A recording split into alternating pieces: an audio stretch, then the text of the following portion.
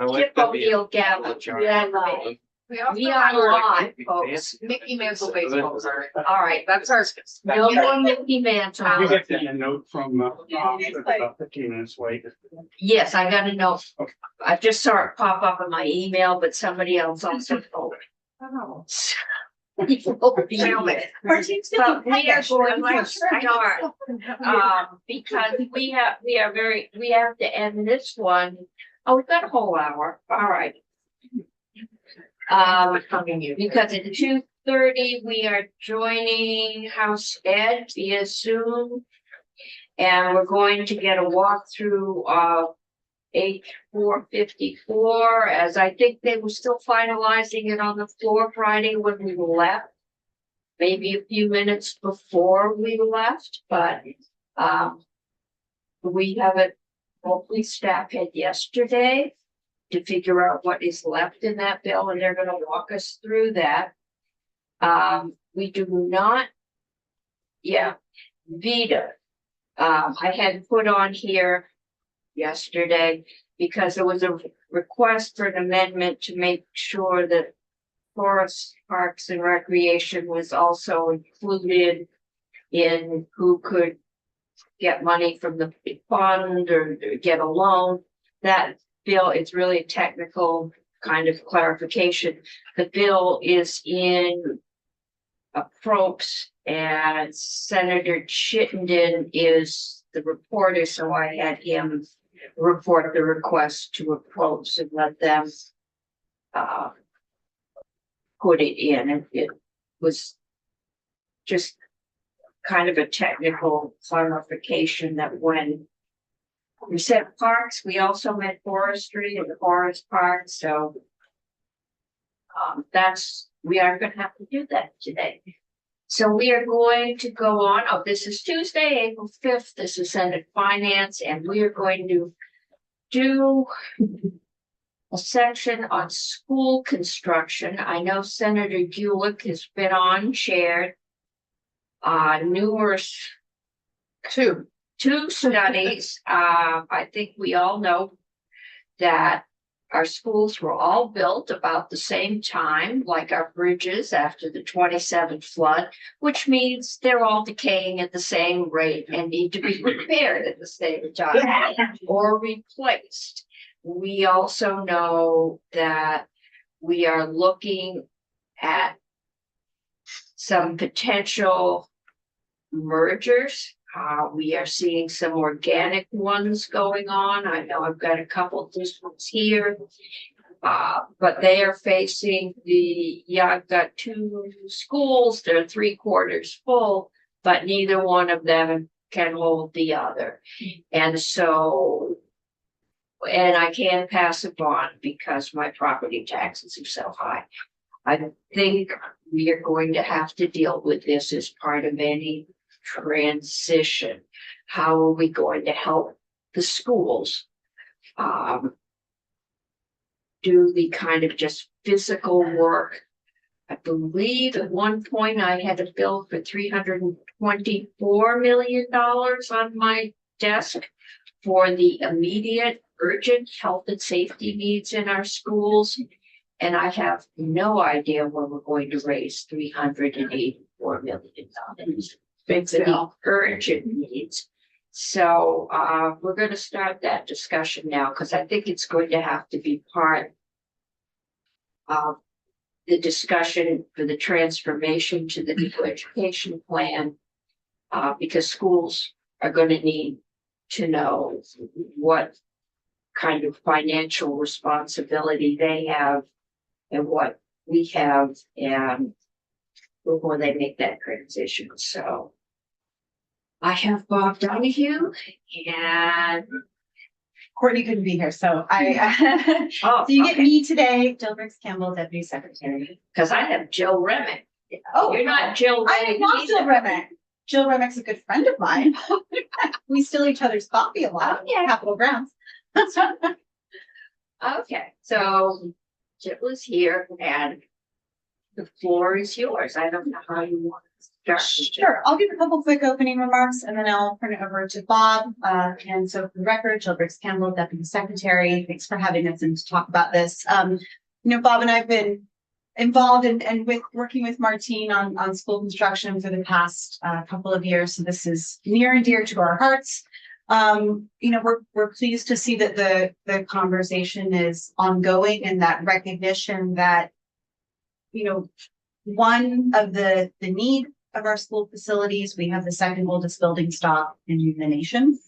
But then also, I think there's a really broad consensus that, as you said, Senator, we don't have $300 plus million just to dig us out of the deferred maintenance hole, right?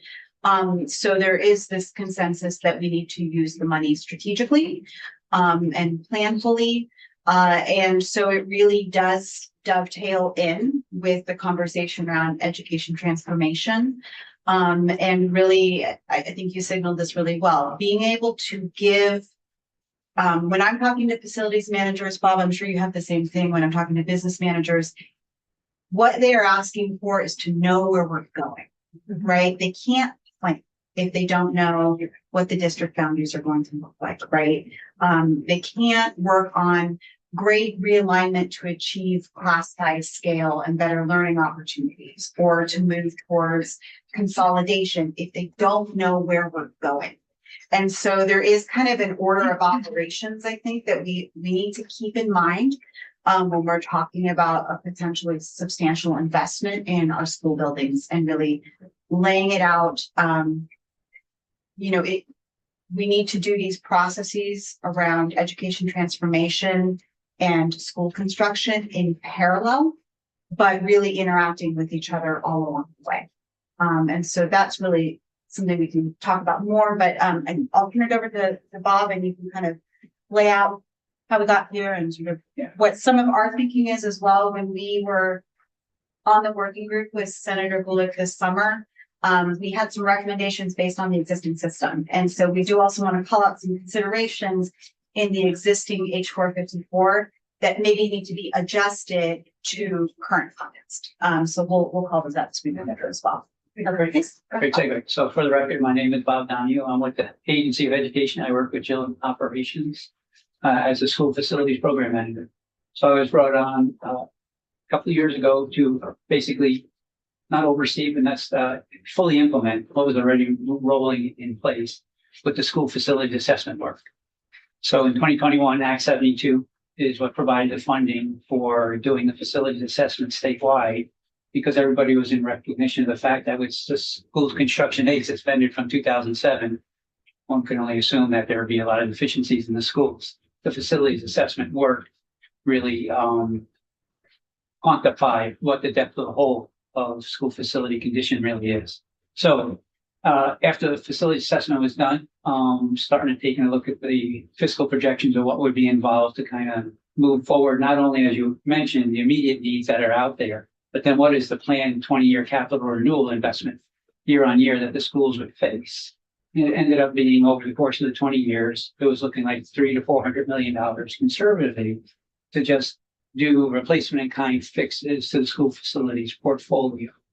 And something that's really important to appreciate about that number is it's a replacement in kind of pieces of equipment that we would not necessarily choose to install if we were going to be doing a new school build, looking for the most efficient equipment, the most modern equipment, the most automated equipment.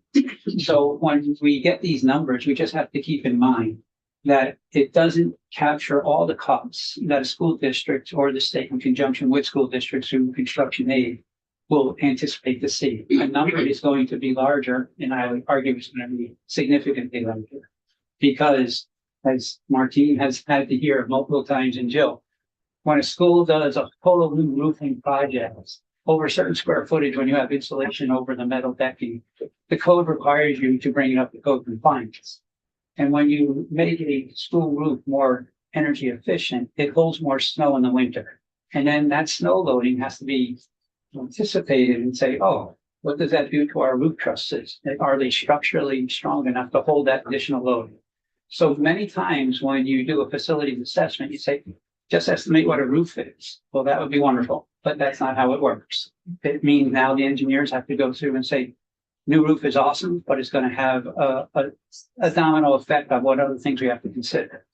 So when I say the costs are conservative, that's what I'm talking about. That's just one example. You may take in a whole new boiler and put it in the boiler room. These costs don't necessarily capture all the asbestos testing and abatement that may have to happen because the piping has asbestos insulation. It may not anticipate that you have to have a whole new wall blown out in order to get the old boiler out, the new boiler in.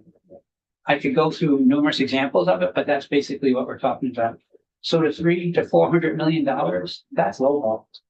So that's just setting the table for really what if an eye-popping amount of money that we are committed to if we're going to do school construction over the ensuing 20 years. I was smiling because my husband was a new Beth maker. Did a lot of school roofs. But I know the construction costs, the materials cost has been going up so rapidly in the past year that the number you get now is significantly lower than the number you're going to get 3 months from now. And this was before tariffs. Before tariffs, right? Yeah. So the national context that we're talking about, who's to predict? Yeah. All we know is we're going to need a lot.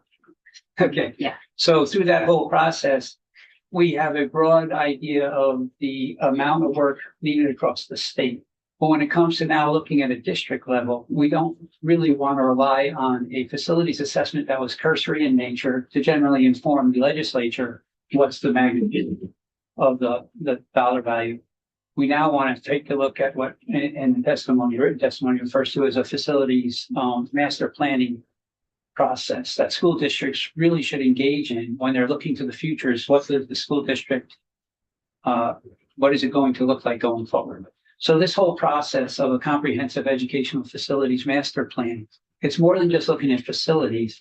It's pulling together all of the community members that are interested in talking about the future of education in their district.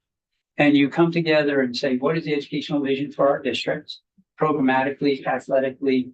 What programs do we currently have? What programs do we envision having? And doing a gap analysis, say, what do we have to put in place in order to achieve the vision that we have? So that oftentimes requires you to do an in-depth facilities assessment to understand where are your service areas for all of these educational visions currently at, and then what do we have to do to improve upon them going forward? And we do this all in mind of what are the enrollment projections going on? What is the demographic makeup of the enrollment projection? And then what is going on in your municipality? Are you next to a municipal build out of all the infrastructure of wastewater and water? Do those influence school positions if you were to build new? And then if you're having one school near an expanded municipal build out, maybe it makes sense to look at that school more targeted, even if it may have facility conditions that otherwise would say you wouldn't want to consider it. So when you go through this whole process, you're considering so much more than just the facility itself. That process is a somewhat costly endeavor to do when it's done well. And it's a timely endeavor when you do it. It takes, if you look at what the schools in Vermont have been doing so far, it's taking like 18 months to 2 years just for the typical size school district that we're talking about with our 52 school district makeup. So when we do this facilities planning, this is really what is the data-driven information that helps school districts figure out where are we going strategically forward. And without doing this kind of work, you really don't know what you should be doing. And it's only by getting the engagement of everybody in the community who's involved to understand what are all their different perspectives on it. Because through the whole process, depending on how detailed we do it, it's taking a look at mean time for bus transportation. What are the impacts for that? Are we looking at closing down a school in order to do additions, renovations in another school because it has a variety of factors that help achieve the vision that you're looking to do? So when you take all of that into account, you then have usually several solutions that the district's provided with that they can now choose from, and through a consensus say which one of these best fits what we're envisioning going forward. And if you take a look at some of the work that's been happening in the state thus far, there are several school districts have done this already. And they'll have 2 or 3 options on the table that the voting public can choose when they go to decide what are they thinking they want to do.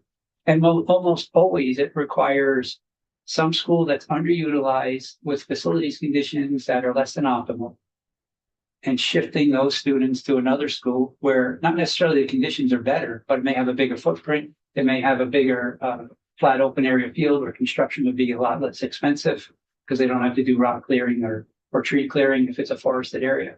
So it's only through this process that we can really know, through the education transformation that's going to be happening, how do we then, after the district boundaries are chosen, how do we now go about determining through a data-driven method, what's the best course of action to take for our school buildings and their locations? Okay. And I know some of my districts have done some of this.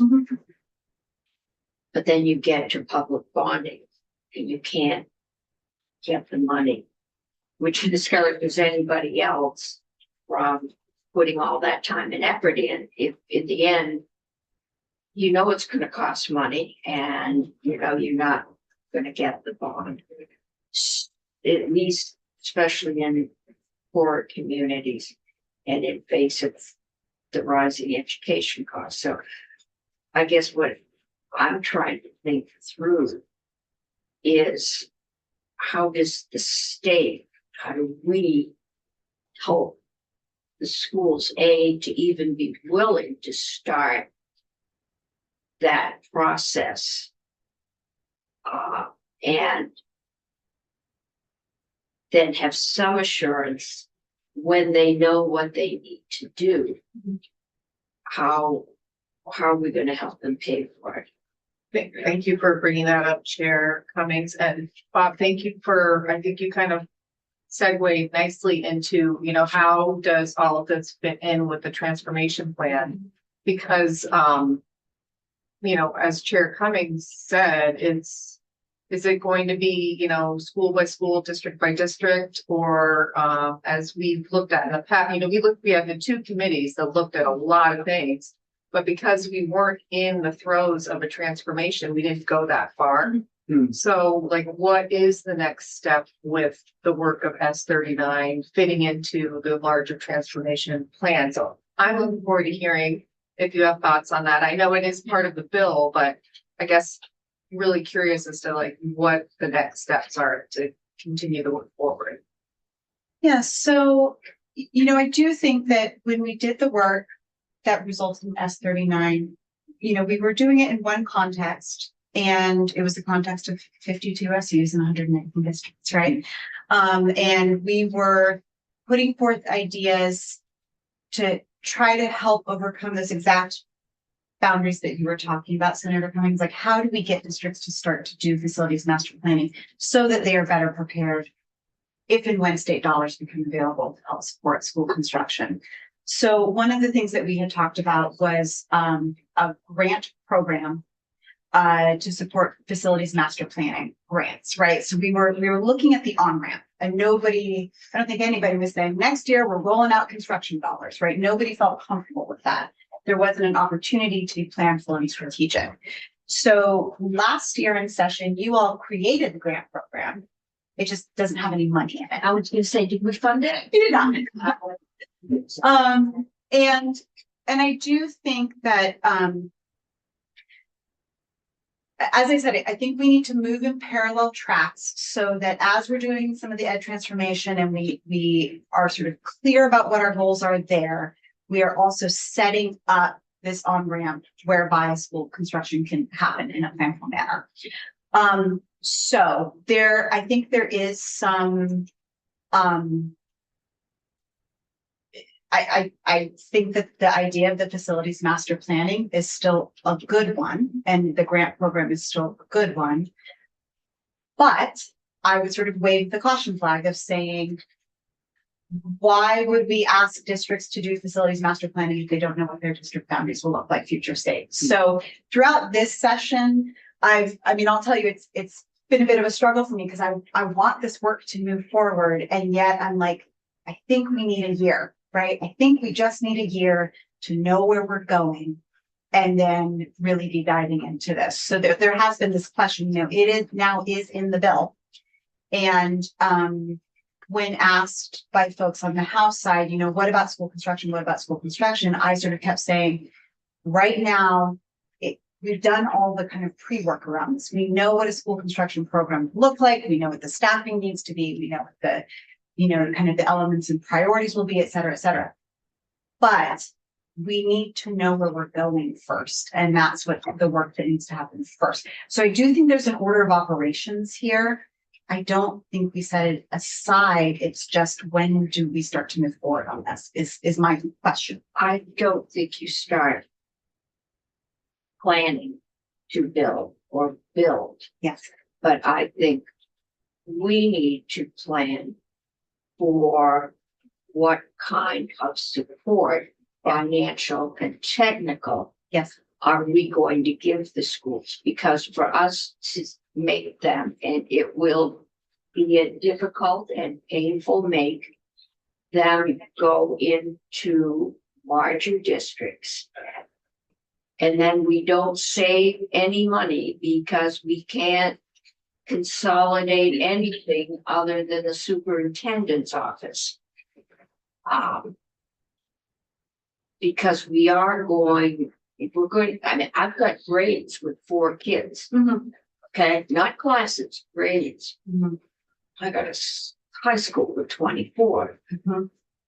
Where, how are we going to help them consolidate where they need to? Because if they don't see a path forward, it's going to make it a lot more difficult to defend. If they aren't going to save any money, why should the kid ride another 10 minutes on the bus? Never mind pointing. So I do think that, okay, it's going to be a complex answer. I'm just signaling that ahead of time. So the way that we've been laying this out, we're trying to do logic models here, right? We're really trying to lay out a very methodical process by which we can get where we're all going. So I think what you were just describing, there are arguments, strong arguments to be made that if you have a grade of 4 students, that there are actually some education quality Oh, yes. measures there, right? And that isn't just the agency saying that, that's, sort of evidence, but also I would also say we heard actually very loud and clear from teachers that it's not good for their practice, that they don't have another teacher in their grade to collaborate with, right? That, it's not necessarily good for students, that they're with the same 3 other kids all the way K through 6. Especially in one of our classes, they finally did merge where they had 3 girls and 1 boy. Yes. There's also, I was just at a school for the Capital for a Day, and one year they had 20 kindergarten students, and the next year they had 6. Right? How do you plan for that, right? There's all these kind of wild fluctuations. So there are actually operational decisions to be made, operational efficiencies, education quality and delivery decisions to be made. And then there are also decisions about the physical plant of the building. I don't think there's a causal relationship between those 2 things. I think those 2 things run in parallel. At some point they mesh. If I've got 5 kindergartners and the school next door has 8, but nobody has a room big enough to hold all of them. I mean, Yes. just practically on the ground, because many, if not most parents, do not want to have this discussion at all. Yes. Many schools don't want to have this discussion at all. to say you have to have that discussion, and when you finish with it, we'll figure out where we're going to get the money. Yeah. Is, I've got to say, you do the work, you figure it out.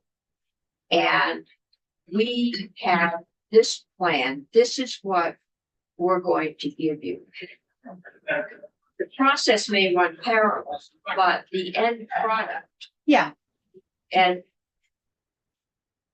the quality and cooperation you get on those parallels is going to depend on the pot of gold at the end. yeah, we've talked about the carrots and the sticks a lot, Well, right? they When go we talk about- precedence.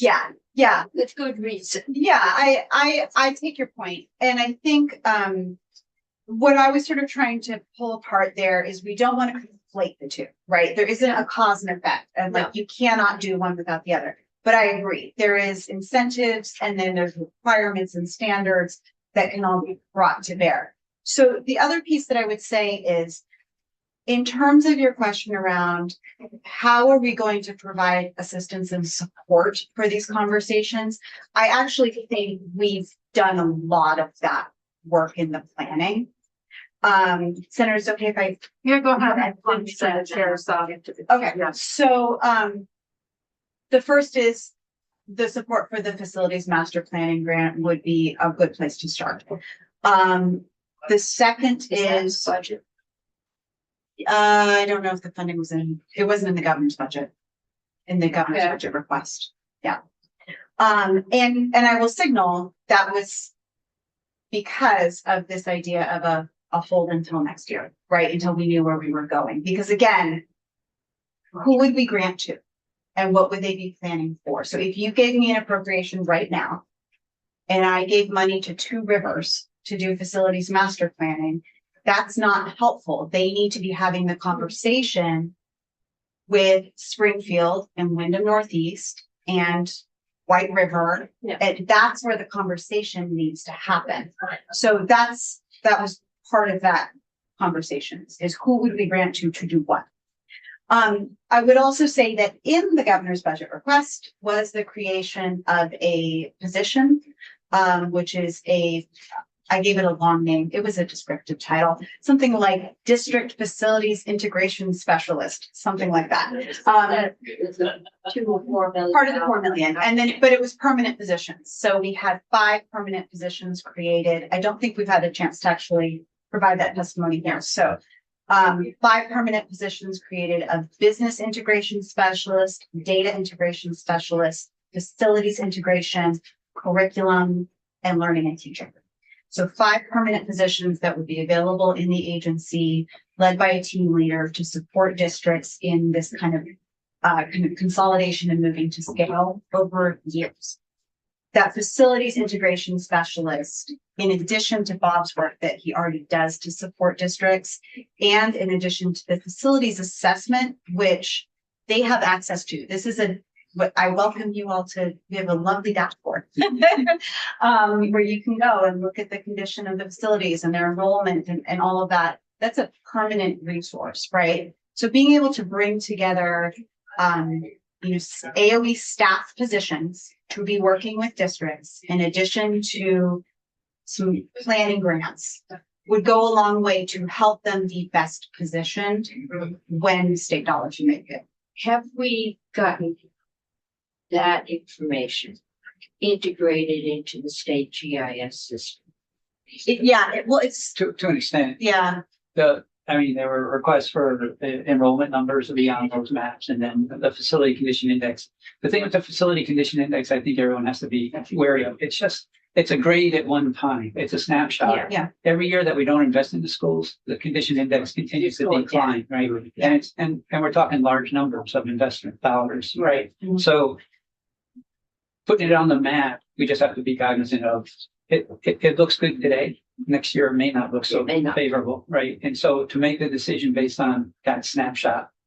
but it is updatable. I mean, that's the point of the database. Well, no, it's updatable. Yeah, My yeah. point is I wouldn't use it as a static number No, for making solid decisions on no, I that. think though, when we're looking at making redistricting numbers, when where the schools are, where Yeah. the roads are.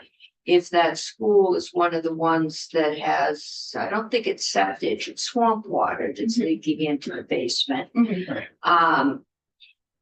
That might not be a school that I'd want to actively consider. We've got a few of them that probably would be better off gone. You bring up a good point, like even with the GIS, would be helpful to have what roads are seasonal or not seasonal, Yes. right? Because they may look close on a map, but it may be a mountain ridge, There's a mountain. a road that's not bad. My lesson was when the guy from Head Start came up from Washington and said, it's here and it's here. It's 5 miles apart. Why are you billing us for 20 miles? Because there's a mountain in the middle and it doesn't show on the map. Right. So yes, but that kind of topography is what needs to be considered. We're also signal, a lot of that work was done about 10 years ago. So that work was done. We actually have some of that mapping. Good. Sean Cosino, our deputy CFO, Yeah. he drove it. That was one of his projects. So they're older. Good. But But it's some of that well, work's it's a been done. base to start with. I mean, it's a base as to where are the schools in relation to each other in relative conditions, assuming that none of them are going up. Yeah. Unless somebody passes a bond and then we'll put a gold star on there. But I think that, I think where we're going is this kind of mapping thing that starts with what happened. Yeah.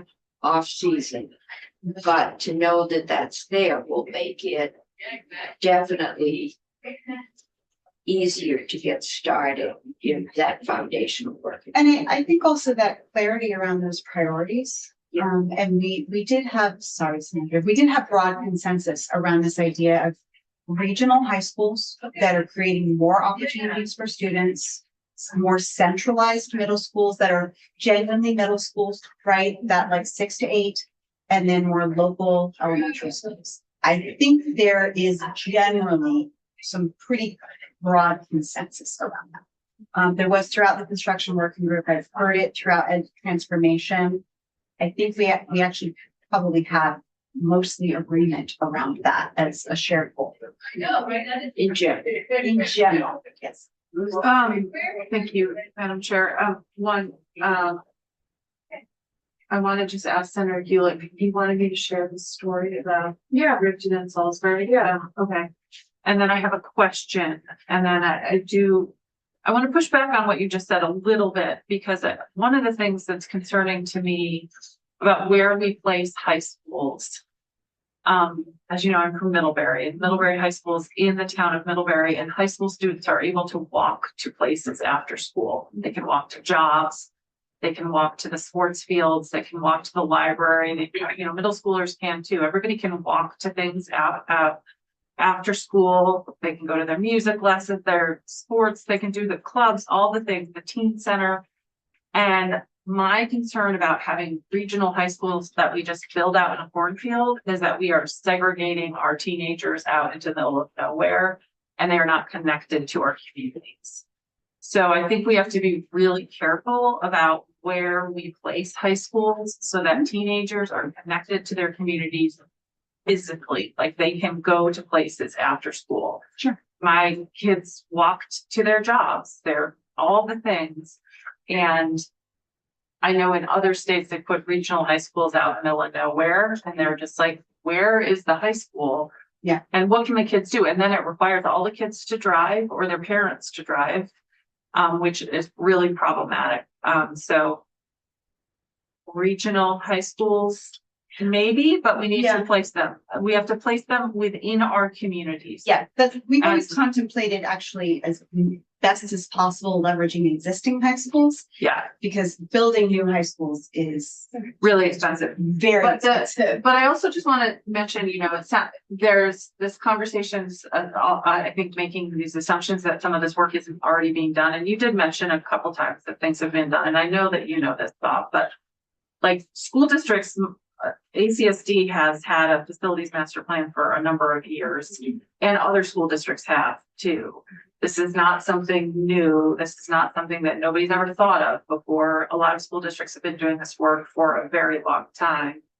And that's driving some of their decisions about where their kids are. And the story that Senator Gulick wanted me to tell, and I'm sure you all know this, it's been in the news, but like the tiny little Ripton Elementary School is not gonna have kids in it next year because they've just gotten to the point where they just don't have enough kids per grade. And they're moving those kids to the Salisbury School, which is a very nice newest school that has is a very good facility. And a part of what drove that decision was the facility conversation about where does it make sense to move those kids. So just wanting to say that this is in a lot of ways organically happening in our school districts already. And to think that we need to wave some magic wand to make it happen, is a little bit of a false idea. But the question I had for you is, and I mentioned you this morning in my committee, Senator Gulick, is the Agency of Natural Resources has a very large budget request that they're asking for PCBs.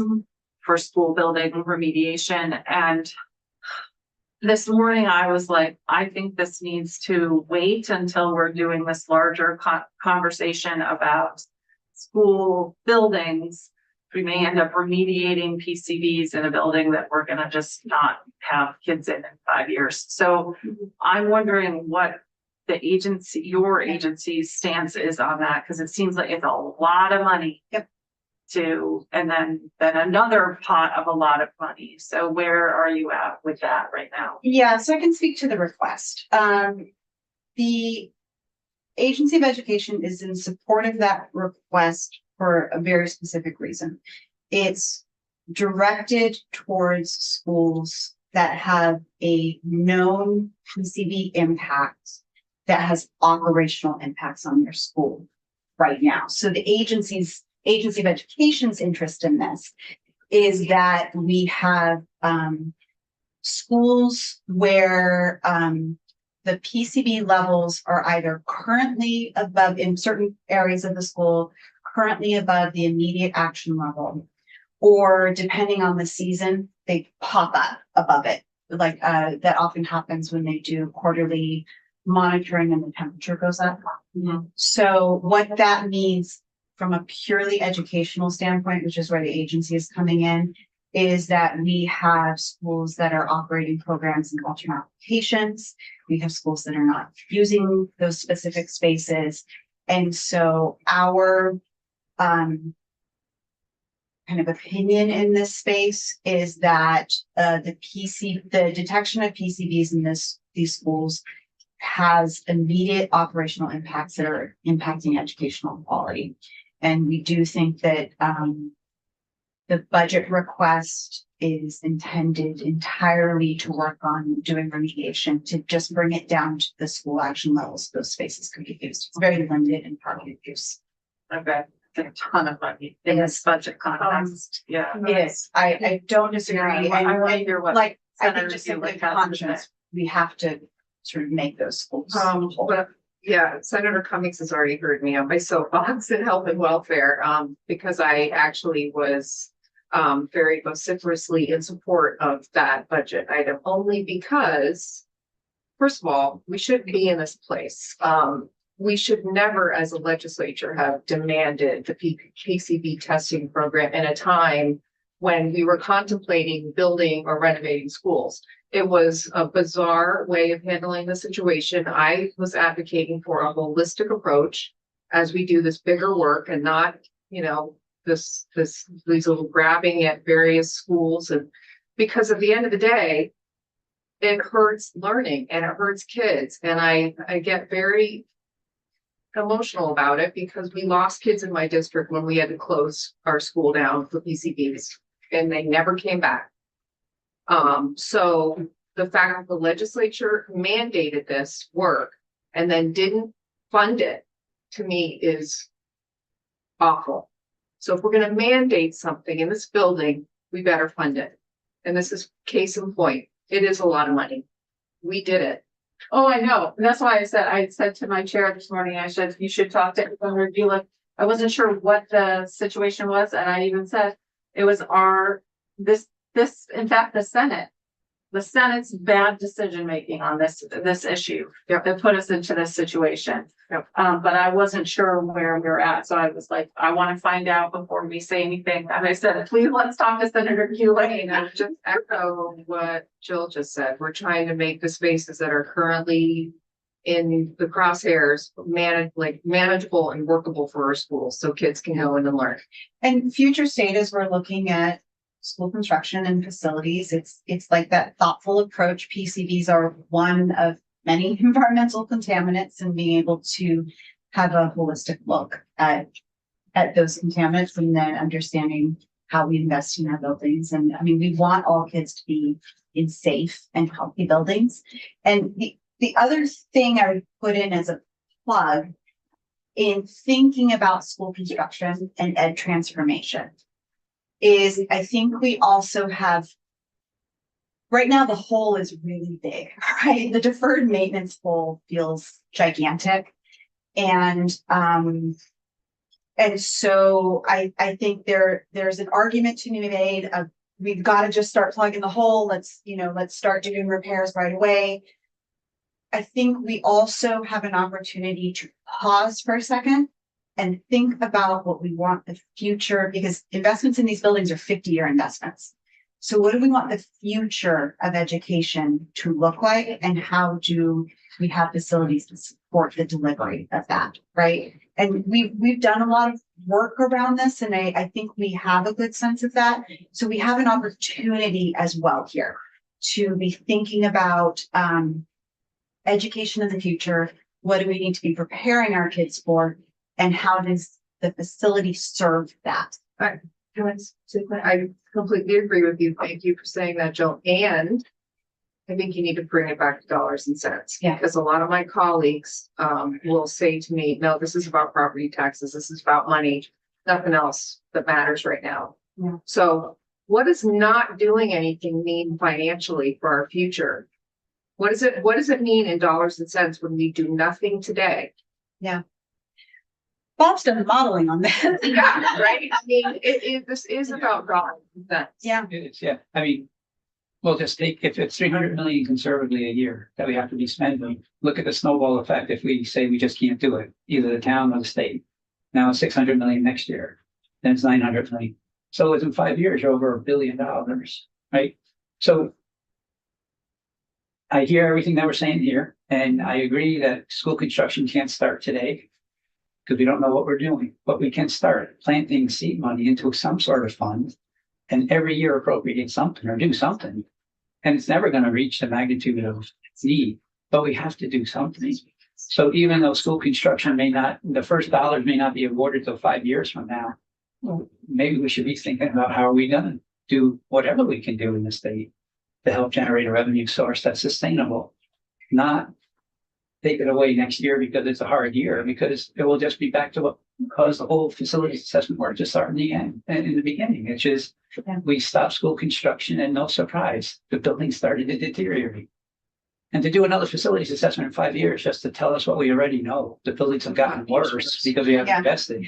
That seems pointless to me. Yeah. So big investment. we have to make difficult decisions, and none of them are going to be adequate enough, but we have to do something other than nothing.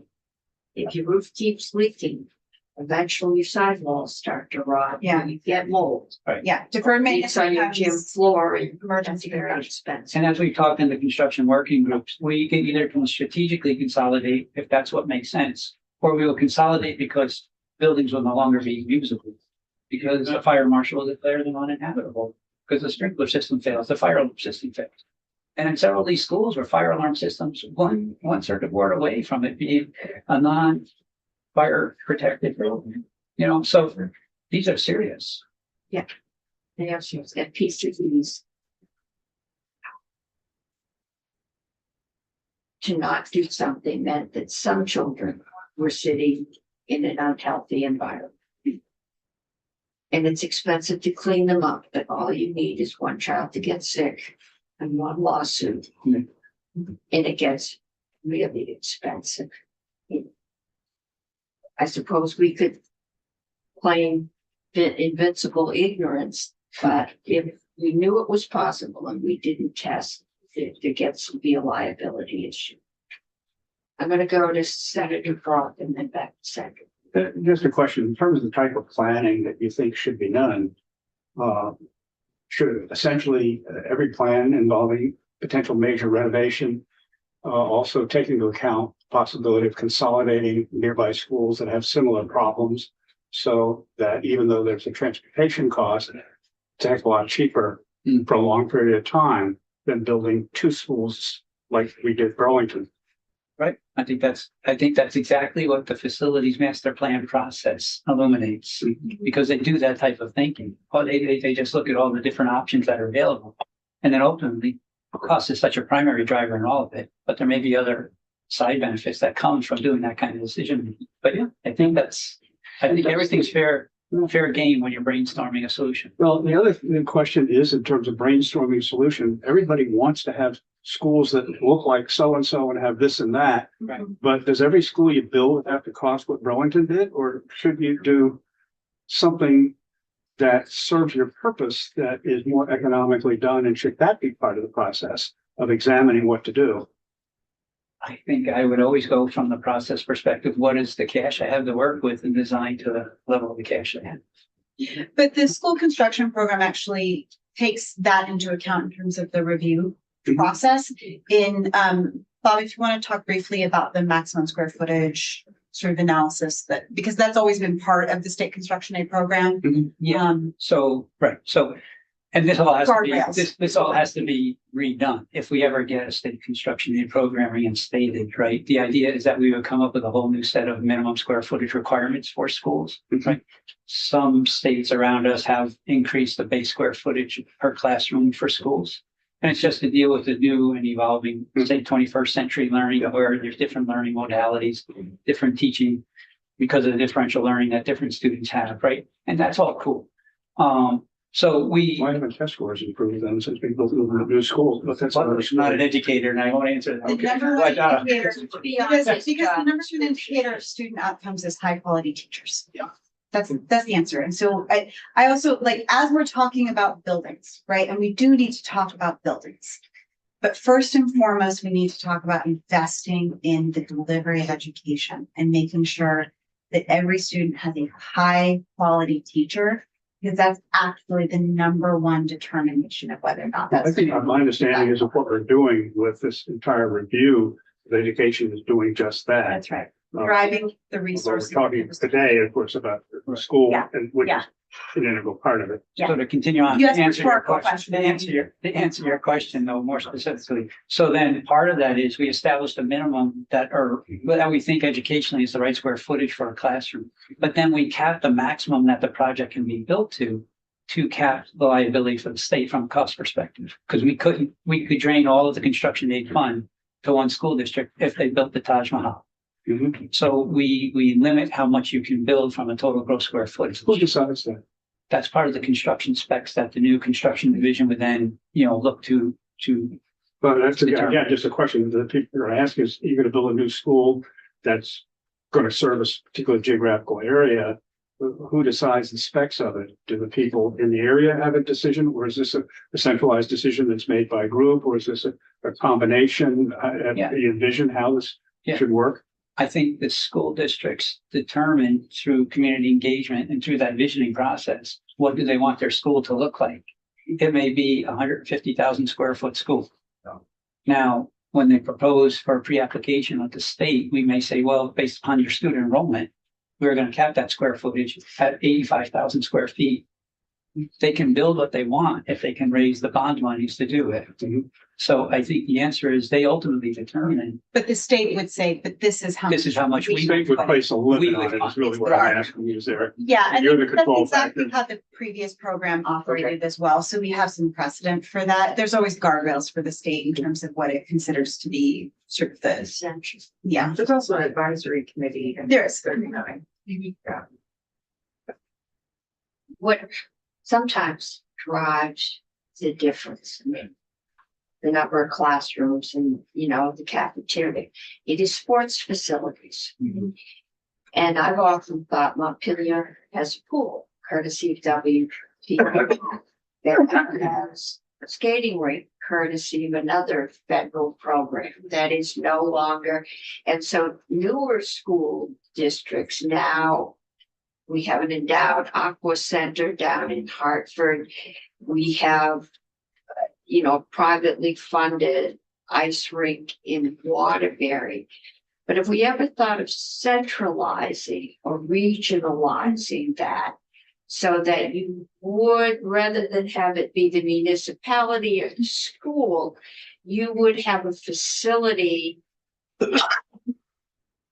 the school could use during its school year, but the community could also use. If you have Norwich University, then if you have a swim team, and I think they have public swimming, they used to for town residents. But if you live in Roxbury, you don't get to do that. So that's frequently, it's very important.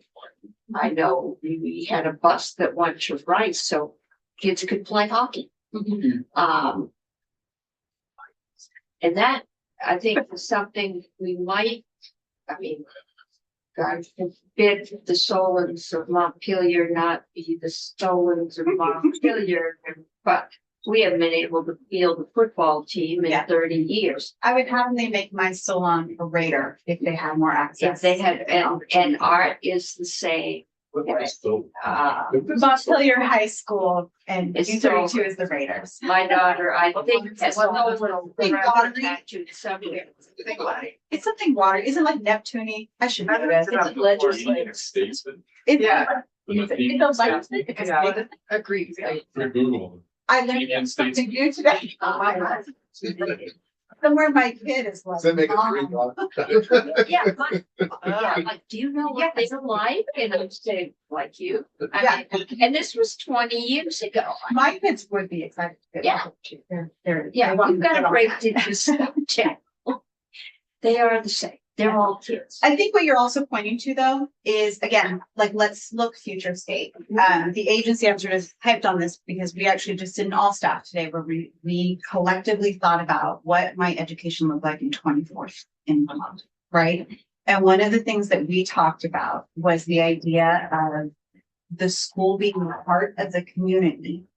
But when we look at the facility, again, what's necessary for that, right? So what does a 21st century learning facility look like? You need to have tech integrated into it. It needs to be a green space that's actually an educational tool, right? How do we talk about green spaces and environmentally efficient spaces? And that then becomes part of learning. It's part of the curriculum, right? But also if we want, especially in our rural communities, but this could be in Chittenden as well, like place-based learning and place-based communities, right? So what does the school community look like if the community is genuinely in that school, right? What does it look like if kids are interacting with the adults in their community and the community is in the school? What does that need to look like? There are basic safety and security things that need to be built into that. We have some really good examples of this though, like the Winooski space is an excellent example of a community school in one of our more urban districts, right? So this isn't out in a rural area. They have very good security controls. So there's parts of the space, I think they call it the town, like the town center, right? When you first walk in, it feels like a town center, right? It is a space where the community is welcome. And then the rest of the school is secure, right? What does that look like if we really want community-based schools, which I think is a deeply held value in Vermont that we want to continue to honor as we move into a modern education. See, we've got to start defining this because I was in one of my towns last week. And they wanted to know why we were going after them because they were efficient and high performing. And we should go after those bigger schools, Burlington and Winooski, that were inefficient. I don't know how they define that, except they got a lot more waiting money for English as a second language, but This is our, it's an us versus them, right? we've got to start. It's gotta go away. We've got to start, yeah, breaking down those, just looking at a number somewhere and saying, well, you're less efficient than we are. So, gone to a couple of We're gonna community have meetings. to- This might be a segue to the next topic of, curious, as I've talked to community members, what's important for me to distinguish is the age of the kids and regarding the buildings. So when I talk to them, I personally think K through 6, you can teach those kids in really small facilities, smaller facilities that are less expensive, distributed throughout the countryside. But I think the opportunities are where we have middle schools and high schools, more regionally focused to have the depth of curriculum. Is that in what we're about to hear from the House and the bill? And some discrimination between the age of the kids and some of the visioning for the school construction that we might need to? So it was always in our school construction work. It was very much embedded in the governor's proposal. I can't speak to what came out of the House. We will find out. Yeah, so, but to your point, that has always been this idea of more localized elementary, more centralized middle, and then more regionalized high school. And Senator Hardy, to your point, not high schools in cornfields. I absolutely agree with that. They should be embedded in the community. I think that's really important. And that's, frankly, always been kind of our vision for it as well. So I agree. I went to a high school like that, so it's near and dear to my heart. High school in the cornfield or? No, a high school, the town was in a cornfield, but the high school was in the town and we absolutely biked everywhere of work. We like work-based learning, all of that, because we were right there and it gave us a lot of freedom. So that's always been my kind of. I came here from Long Island and I thought these schools were ancient. They Yeah. were built in 1800s. We all had the classroom door out to the playground. Yeah. All in one level. I don't know what this three brick restroom in the basement was.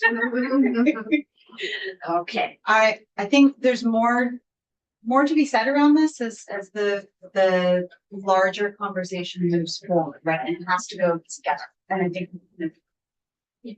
we're all. We will continue the discussion. That's great. Good to see you all. Thank you for all the hard work over the last Yeah. couple of years. Senator Cummings, I will have our team reach out to have Ann and I come back in to give you an update on the federal funding context. So fun. Good. We just don't want to emulate Maine, or we do, we don't know yet. Oh, man. Okay. So committee, we are going to move on.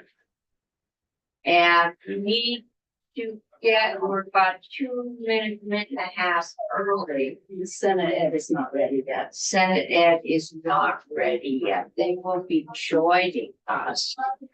We're gonna get our first walkthrough of what did finally come off the war, and we have Representative Kornheiser and Conlon with us, and I don't know if you want to come up separately or together. We like spending time together. Okay. And we're still waiting, and then Beth has a time you need to leave. I need to be moving out that door no later than 3:55. Oh, we'll get you out of here, but no problem. And John and Kirby to walk through, we have told joint fiscal, or at least Julia, we do not want to see her here today. We're going through the law and what it says, not the numbers. We will go over the numbers in detail another day, but this is just to get the thought behind what is coming to us, or I guess it's coming to education. The plan is they will have about 2 weeks to work on it. We will work in tandem. Then the bill will come here and we will add whatever we have worked out to it. Then we'll go back to the House. Then hopefully we will have a committee of conference, maybe. We'll see, and then it will go to the governor, and then we'll see where it goes from there. And I think a lot of our work is going to be on. We'll be working kind of duly on the foundation formula, but a large part of that is what is necessary for a good education. What does it cost? And then we're gonna be dealing with the numbers and how do we raise that, or do we? And then, I think that weighting will go similar way, but we will also look at that. They will be doing any kind of districting or mapping size. And we will be figuring out how we're going to pay for this. I think we're gonna have to figure out how we're going to pay for transition, because I don't see any clear path towards that at the moment. I think there's a lot of ideas, but that transition, I think, is going to be critical to the acceptance that this proposal finds in the community, is how we help them make those next critical steps in the amount of support we give them. Well, what we got? Still not ready. Tell them we need to start very late. So we can run this in a minute. Well, while we're waiting for them to be ready, you know, like, Peter, you wanna come up with it? Sure. You could find out if he gets the comfortable seat. Oh, sorry. I'll let the elder get the more comfortable seat. I know, he gets the taller chair. There. And welcome, it's good to see you both have survived the wars.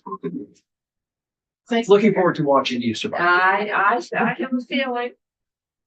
Hopefully you have done a good portion of the heavy lifting, so maybe our scars won't be as, We were just gonna concur. we're just gonna concur, yeah. Oh, yeah. We can all punch out May 7th. What I will say, sorry, Don't tempt us. Emily Kornheiser, from Brattleboro, for the record. We did not actually work explicitly on timeline, on a transition. Yes, And we were silent on that, which is perfectly functionally fine and would be much appreciated place for you to dive in. So thank you. I think that's what we're doing. Oh, we're all day. Are they coming here in person? No, This no. is the day. They're going to Education committee. Oh, right on. This is just to keep all of these people from having to do this twice. I say we start, I'm thinking, they can come in when they come in. Before they joined, in your discussions, did you consider just stopping providing public education and just, call it quits? Is that part of? Many, I think we were considered calling it quits as legislative. somebody said mandate homeschooling. Oh, great, that's a great idea. The utilization is still pending.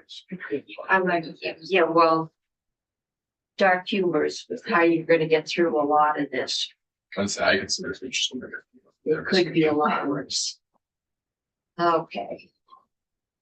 Whoever has the bottle that is front and center in the camera, already, thank you. That's okay for flowers, but put it right in front of my face, that's fine. I don't have good flowers to block. When we walk down. No, they're coming. They're coming. Right here. We've had an Ed Curtin camera microphone problem. Oh, okay. Constant sending. hate cars. There's- Oh, somebody brings some eggs. Yeah, and then they block the microphone. Here they are. Okay. House Ed has joined us, so we can start. All right, welcome. So we have Representative Kornheiser and Conlon at the head of the table, and they are just about to start telling us what's, well, I guess it's headed to Ed as of today or tomorrow. It came out of movies today. So, floor is yours. All right, I'll begin. Peter Conlon, Chair of House Education. And just, I'll be discussing sort of governance and policy portion, and Emily will take over for sort of financing and foundation formula portion of it. You know, what I often say when I introduce the bill is we're really, in part, sort of reckoning with the fact that over the last 40 years, we've lost 40,000 students in Vermont. It's not that we lost them, they just don't exist. And so we're really reckoning with that. And so, you know, 454 is really sort of a recognition of that, but it's also has a lot of the shared goals that I think are the same as the governor's in terms of building scale, building statewide cohesion, as a way to both increase opportunity and as a way to build efficiency. So a lot of the decisions we made were sort of trying to both recognize that, but also recognize that we're talking about a big change here, and Vermont is very much an incremental state. But we wanted to recognize that, you know, small to a certain extent is still important, but change is necessary. So you'll see in the bill a lot of intent language, and that's really to lay out sort of the map going forward, to say that, you know, this is what we're doing in this bill, but next year we plan to do sort of steps 2 and 3 going forward. The opening part of it is really changes to the Commission on the Future of Public Education, but this is really about creating larger districts. So in addition to really slimming back the role or the sort of the duties of the Commission on the Future of Public Education itself, because sort of the agenda has moved at a much more rapid pace than the commission has because the administration came out with this new proposal, it sort of redirects their energies into more focused areas in coordination with their public engagement work. More importantly, sort of to the topic at hand, is we created a subcommittee of non-voting members. It came out of our committee as just being 5 people, former or retired superintendents and business managers and school board members with broad understanding of the state's education system, with their job to be, before we start the next session in January, present up to 3 maps showing larger districts with a narrative describing why each is as it is. This was later amended by unanimous vote within our committee and on the floor of the House to also include members of the legislature, one from the House and one from the Senate, to be part of it. Just to create that stronger tie. One from each or 2 from each, can't remember. It was 2 from each.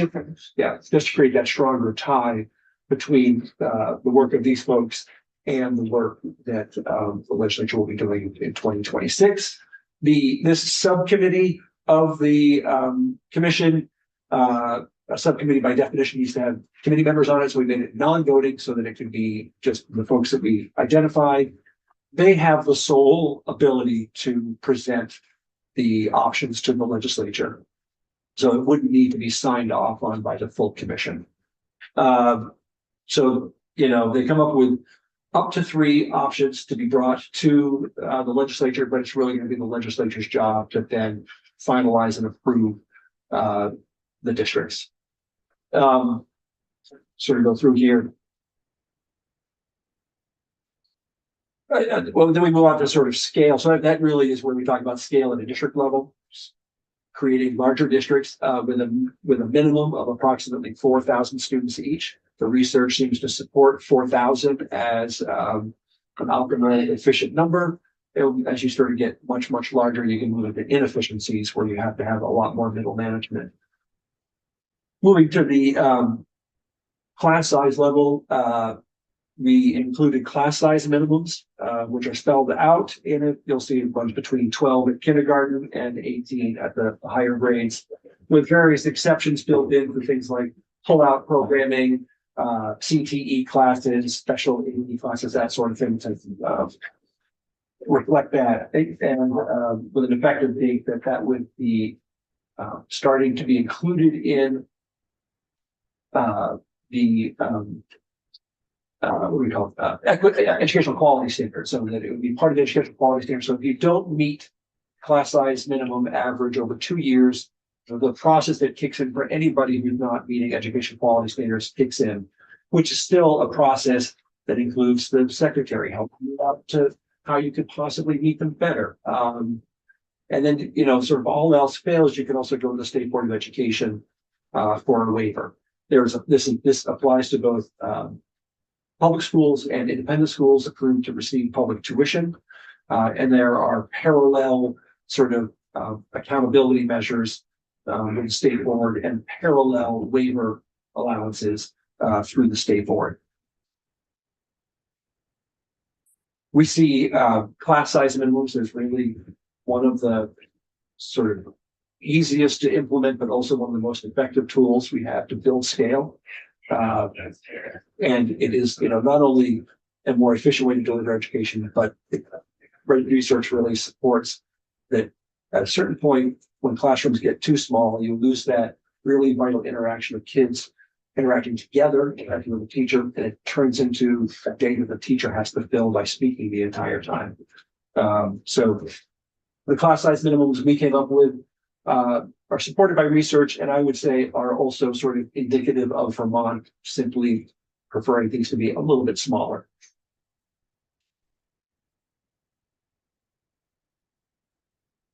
School size was a more difficult issue for us to think about in terms of scale because we don't currently have a school construction program. And so it really only includes intent language. We have a goal reflecting the same goals that are in the original proposal from the governor. But we really targeted those goals at middle and high schools and didn't target elementary schools with goals of having schools of 450 kids or more.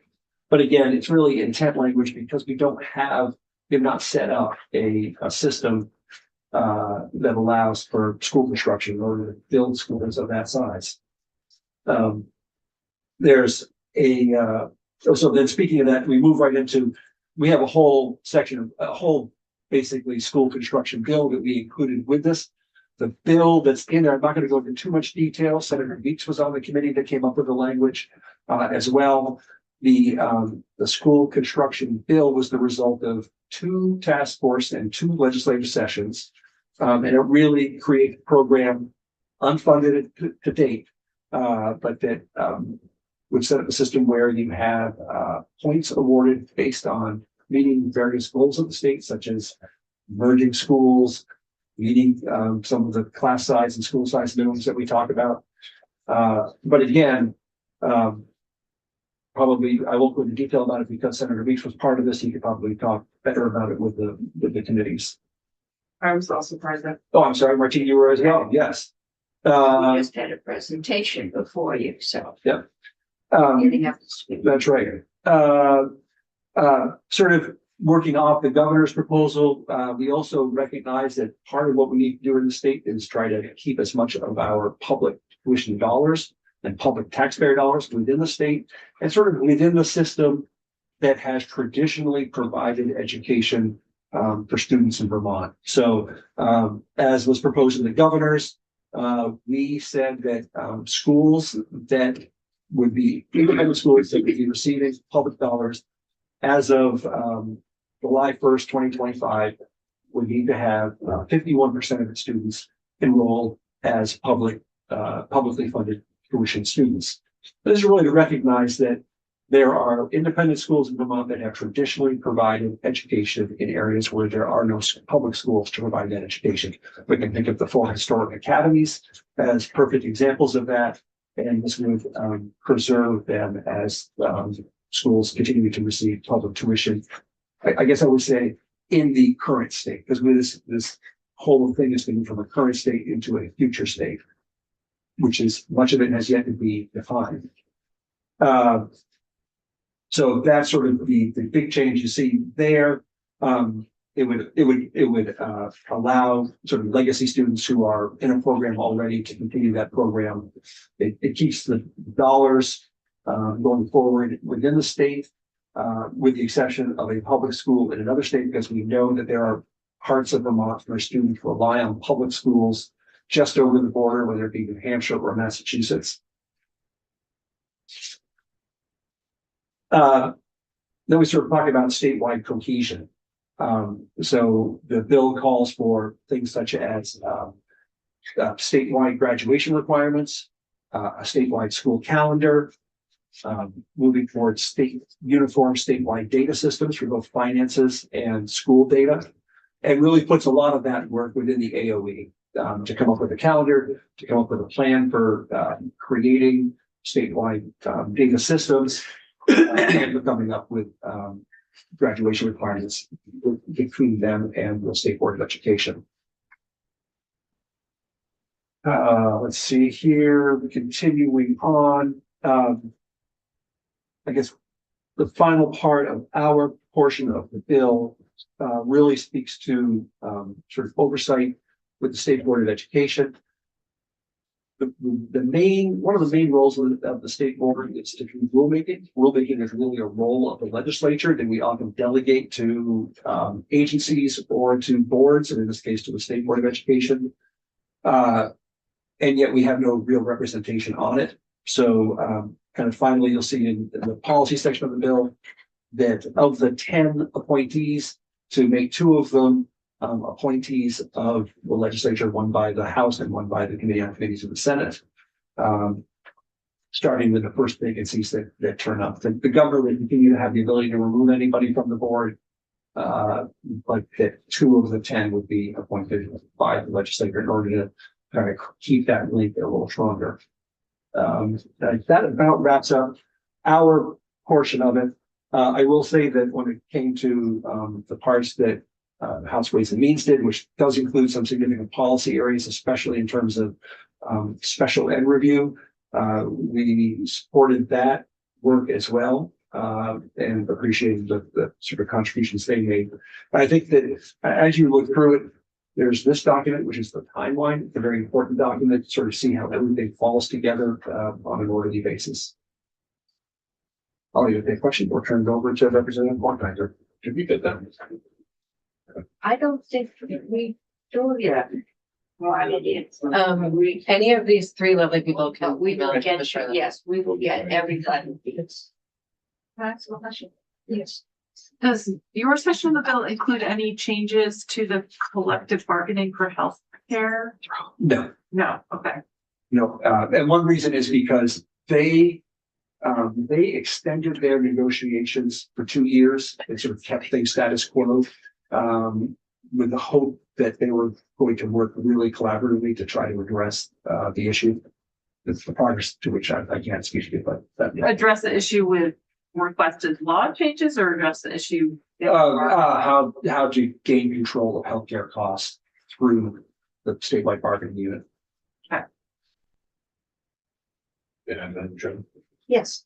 Two Trying to part. find those documents. Do we currently have any minimum class size standards? And then have a I second. don't think so. We have optimum class size and we have maximum class sizes. And then secondly, and I remember hearing this at the beginning of the session. I'm just curious if it's in the bill. I don't think it is, but maybe characterizing the discussion. Staffing ratios. Did that come up in your consideration? I know it's a hard subject. I'm just kind of curious where your dead end was. So, we discussed it, whether to use staffing ratios or it was really teacher-student teacher ratios. Where it gets complicated is what is a teacher? So in other words, if you have a classroom teacher and a group of kids, it's pretty easy. But what if there's a special education teacher in there working as well? Does that mean your ratio is down half? So how do you sort of account for all of that? And I'll touch on special education. And there are some school districts that have class size policies. So they do exist in parts of the state. It's just not statewide. Other questions? So we have a question over here, Madam Chair. Go ahead. Thank you, Representative Collin. Just a question on first on districts. Curious why you chose the Commission of the Futures of Vermont's Education versus any other options. If you had a conversation. Appreciate that. I should have spoken to that. Really for 2 main reasons. One, the Commission on the Future of Public Education is about to embark upon a really robust public engagement process using consultants and with a real goal to reach Vermonters who don't turn up at every forum that you put on. And really believe that sort of like what Vermont will look like in the future, and especially larger school districts, would be part of that conversation. And in fact, the subcommittee for the district boundary line drawing is charged with working with this public engagement process. You know, when you think about what we're doing, we are creating the largest political subdivisions the state has ever seen with really significant powers, to say nothing of a $2 billion budget. And really believe that that requires really as much public engagement as possible. Reason number two, they have money, they have a budget, and that money could be made available to the district boundary drawing folks to access as well. There's about $50,000 of unspent dollars that exist. Okay, thank you. I have one more question. I'll leave. Good. Okay, I'll go again.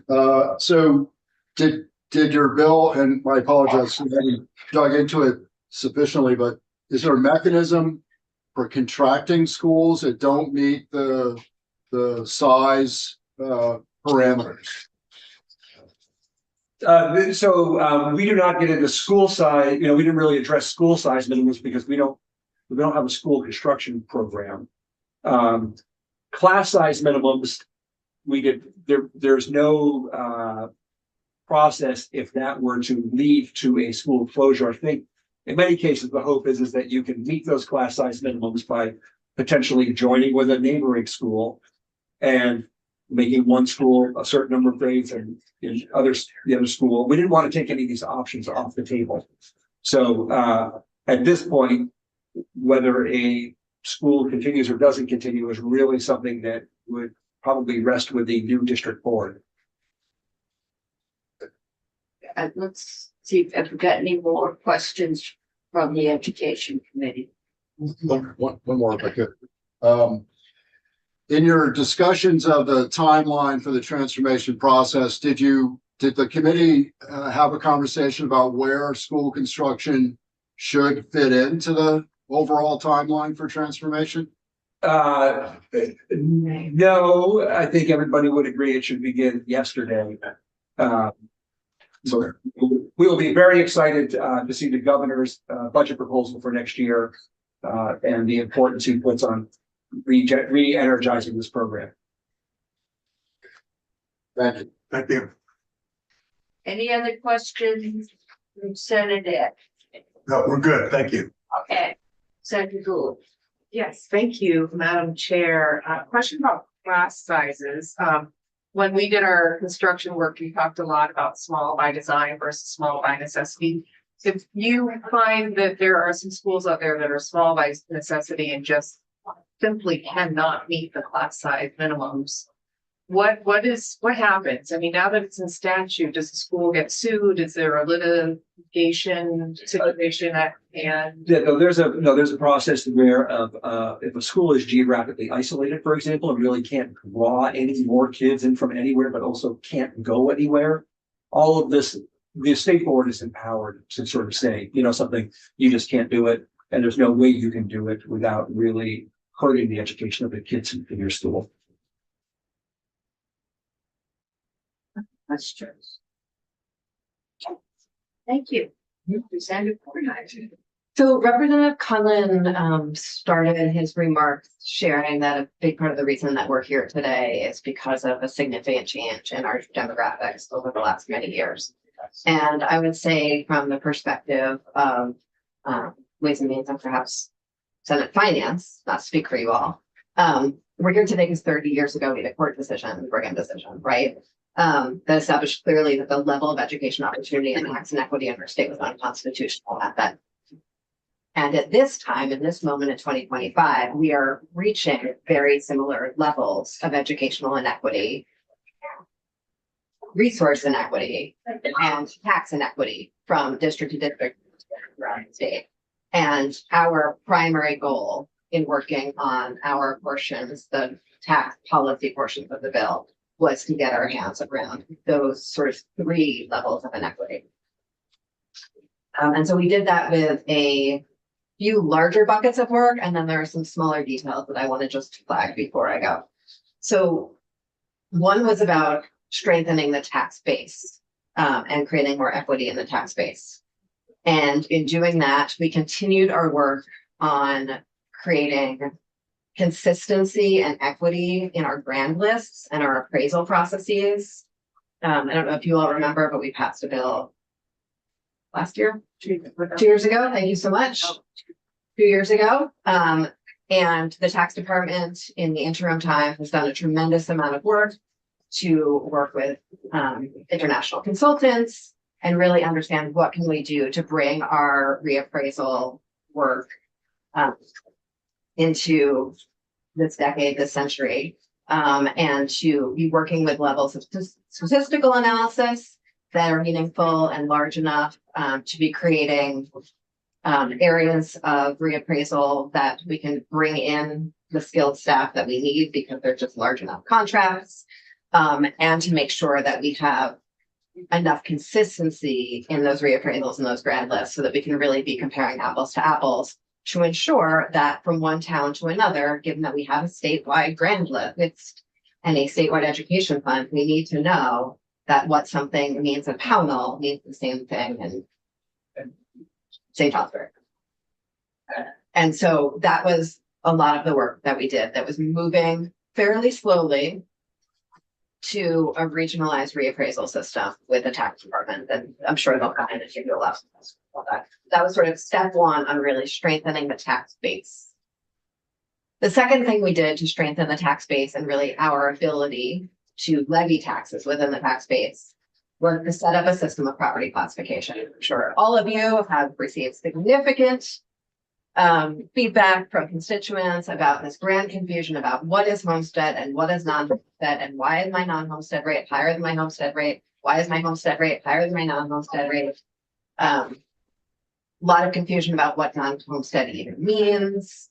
I think very few people outside of sort of tax nerd land understand that non-homestead is everything from a parking lot to a field to a camp to a multi-million-dollar second home on a lakeshore, right? And really want to add, we've also had, significant bills come through that either ask us to tax second homes or bills that ask us to freeze taxes at new affordable housing developments. When we were dealing with the pandemic and this sort of crashing values related to commercial properties, we really had no tools to be navigating very different policy interests with regard to property taxation of those different categories. And so we divided up the non-homestead into just a couple more classes. So that is non-homestead residential, which is non-homestead property, but that someone can live in full time. Non-homestead apartment, which means a non-homestead that someone can live in all the time if they're renting. That is everything from a 50-unit building to a house on a dirt road, but that someone's renting full time. And then The tax commissioner, yes, you should bring up, we were discussing, we wanted to subdivide this. What about the couple that live on the first floor and rent the second floor? well, fortunately, we actually already account for that in our existing differentiation between homestead and non-homestead, right? So you have a homestead designation for part of your property and you have a non-homestead designation for another part of your property. And Kirby can get, we really went around the bend on this. Kirby can get deep into the weeds. He's created a number of different process maps. Yeah. I keep hearing it's going up. Yes, and then the last one, the last non-homestead is sort of your more standard grab bag, which is commercial properties and others. That includes everything from a resort to a general store. And so we divided those up. We did not, what we set up was that they are all set up in a tax ratio to each other. So we would not set, in the future, we would not set different rates for each. The way we set a rate for homestead and non-homestead now. what we would do is set one rate and everything else would be ratioed in relationship to each other so that we do not have to go through this every single year. This year, they're all set at one in perfect relationship to each another. In the future, we are able to set them at different ratios to each other with a lot more And this testimony. survived. This came over to you fully, yes. There is a report back from the tax department on essentially their forms that was added as an amendment right before it came to the floor that might have been described as a more significant amendment than perhaps it was in V2 Digger, and I have clarified the report. Okay. So those are two pieces that we really added to strengthen the tax base. And then the experience of taxpayers or property tax exemptions, right? Right now, we have this incredibly complicated income yield. Folks don't know what tax rate they're voting for when they vote. Even if everyone, I think in this room understands the confusion of our existing system on that. There's the year delay, all kinds of things people don't know about it. The administration brought us a really exciting proposal on that moved us to what was a homestead exemption, meaning you get a discount on the value of your property based on your income. And we looked at that. We spent a lot of time with Julia Richter on it. I recommend you spend time with Julia Richter on it. And in mapping that out, and I think we actually maybe had a joint hearing about this. Great. We had so many joint hearings with education multiple, yeah. and joint hearings with you all, and I've lost track of who was the other people in the room. I'm sorry about that. That's So- the problem with Zoom. Yes. So if you all remember, when we first looked at that chart from Jake, there was a whole lot of red in it. So a lot of folks would have been worse off under that proposal. And we took that really great mechanism from tax and changed some of the thresholds in it. And added a few more thresholds to remove cliffs from that system to really make it much more of a curve. And in doing that, we're able to essentially set it up so most people will be better off under that change, which is really exciting, and Julie can talk to you about it, but it's simpler. It's available in current year. And people are not bumped off if their property value suddenly jumps because of a reappraisal, or their income changes just a little bit from year to year, as many of our incomes do. So that is another sort of big piece of work in the bill that other people can have more time if you want. I will add that we did not add a cap on property value to that. And that is certainly a policy decision that could be made. We did not add a cap because the conversation between 400 and 500 is a very difficult conversation, especially if you have folks from an area with very high property values. Yeah. And once you get past 500, there's like really no cost to it anymore. And so it just sort of felt like once we went past 500, why should we bother? But there are good reasons to bother. So I encourage you to have that conversation, please. Okay. And then we move on to the move to a foundation formula. So this is right. We've strengthened the base. We've strengthened people's experiences of taxes. Now we want to improve the way that schools and school districts receive resources so that no matter where you live in the state, you actually have an equal opportunity to get a well-resourced quality education, right? That meets the goals of Brigham. So we put in place a foundation formula, and, over in Ways and Means, and with many of you, we've been working on a foundation formula for many years. Some of you, when you were over in Ways and Means, some of you on summer committees. Moving to a foundation formula. And we did that in the year that the new districts will join. So the first budget that these new school districts will ever develop, they will be also the first folks to be developing a budget using the foundation formula. And I'll talk a little bit more about implementation dates when I'm done, but that's sort of that's what we're imagining. We wanted to use a foundation formula that would meet the needs of students in that school and meet the assumptions that are going to be operating in the schools and districts. We spent a lot of time, part of that time with you all, talking about what are best practices in foundation formulas. And in looking at, we talked about EB models and we talked about cost factor models. in looking at EB models in order as we were making our decisions, it became clear that sort of the evidence base or the model in the EB models we looked at did not match or even really come close to matching the structure of schools we have in Vermont, even once we get a couple years out into this work. It's just given, and I think Peter has like brought up the absence of school construction a number of times.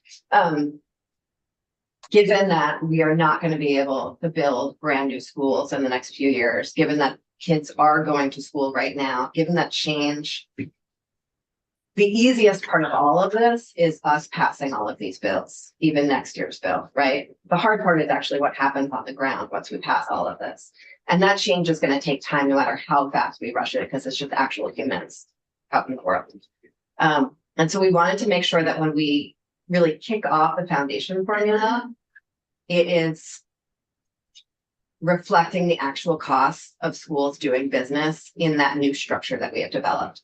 And so we used a cost factor model, but which better reflects sort of the current cost of education, assumptions around healthcare costs, assumptions around the most efficient and effective way to educate students to standards, but given the sort of reality of what's happening in our state right now and in the future.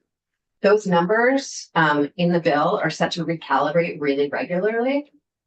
And we even saw significant recalibration between the last time we ran these numbers and this year when we ran them. And then I think there are probably some questions about that I can answer. But what that means is as we achieve even more cost savings between now and 3 years from now, which we will because of these class size minimums, because of some other work we're doing, I'll speak to, those foundation formula payments will be recalculated and recalibrated in the future to continue to bend the cost curve. What we're hoping is that 10 years out, when we have school construction, when all of these really incredible changes to improve public education for kids in Vermont, once those all have actually taken place, we will be moving very close to the assumptions in the ED model. And at that point, it would be much more appropriate to move to that as a model of, as a method of using a foundation formula. And so that's in the bill as well. The foundation formula is like fairly straightforward. There's a base payment, and staff will talk you through all of this. There's a base payment. There are weights added for anything that is mathematically decided to cost more, right? So it is statistically significant that educating a child who is living in an economically disadvantaged household costs more money to bring them to the same educational level. It is, statistically significant that an English language learner is going to cost more. So those are the weights in the bill. There were changes to the weights from the last time we calibrated them. And in running those numbers, it was discovered, and this is true actually in the EB model that the administration put forward, that educating high school students is actually not statistically more expensive than educating grade school students. There are possibilities and sort of hypotheticals of this. You could imagine that, elementary schools have smaller classes, and so that's more expensive, but high schools have more resources, so that's more expensive, and it cancels out. But I think what's really the important thing there, beyond my imaginary hypotheticals related to math I'm making up, is that there is no significant statistical significance on high school costing more right now in Vermont educational system. And I think that's really interesting, that we can see evidence of as our system shifts, cost shifts, and we can see savings sometimes. And that's what we're hoping is going to continue to be iterative through this process. One big hot button issue in all of this is the foundation formula itself, because it's designed around a very sort of evidence-based statistical package, and we are committing to fully funding that. That meets sort of the equity standards in Brigham to some degree. But folks lightly in districts, there's going to be a certain desire to have a cushion to spend more than foundation formula sometimes. And how do we allow that to happen in such a way that continues that pursuit of fairness and does not just immediately set us up to have the level of inequity that we have right now or we had pre-Brigham? And so we set up a system that we call supplemental district spending. We definitely over workshopped the name of it. And so please don't change the name of it because it would really like, I can maybe would have more feelings and it's really useful to me. But the idea is that a district can decide to spend up to 10% more. That 10% is certainly not the most empirical, statistically derived percent that's ever happened. Just seemed like the right number, to be perfectly honest with you. Seemed fair. Seemed close to the excess spending threshold number, you know, and good legislative vibe to it. Please feel free to dig in on that one. But the idea is that the lowest tax capacity district in this region of the districts, the new districts, would be able to sort of raise on a dollar-to-dollar basis. They'd raise that money, it would go into the ed fund and then come back to them in the form of that extra money that they were voting on. But then it'd be an equalizing form. yes, exactly. But then any other district would not have sort of a one-to-one ability to raise. And the remainder of what they would raise based on their larger grand list values would go into a supplemental reserve, which would be used to stabilize taxes on a year-by-year basis, but also waterfall into a school construction fund. This is not enough money to fund school construction long-term, probably, but it is a nice sort of ongoing source of some supplemental money into the education fund before we can really fully capitalize it, or after we can fully capitalize it, depending.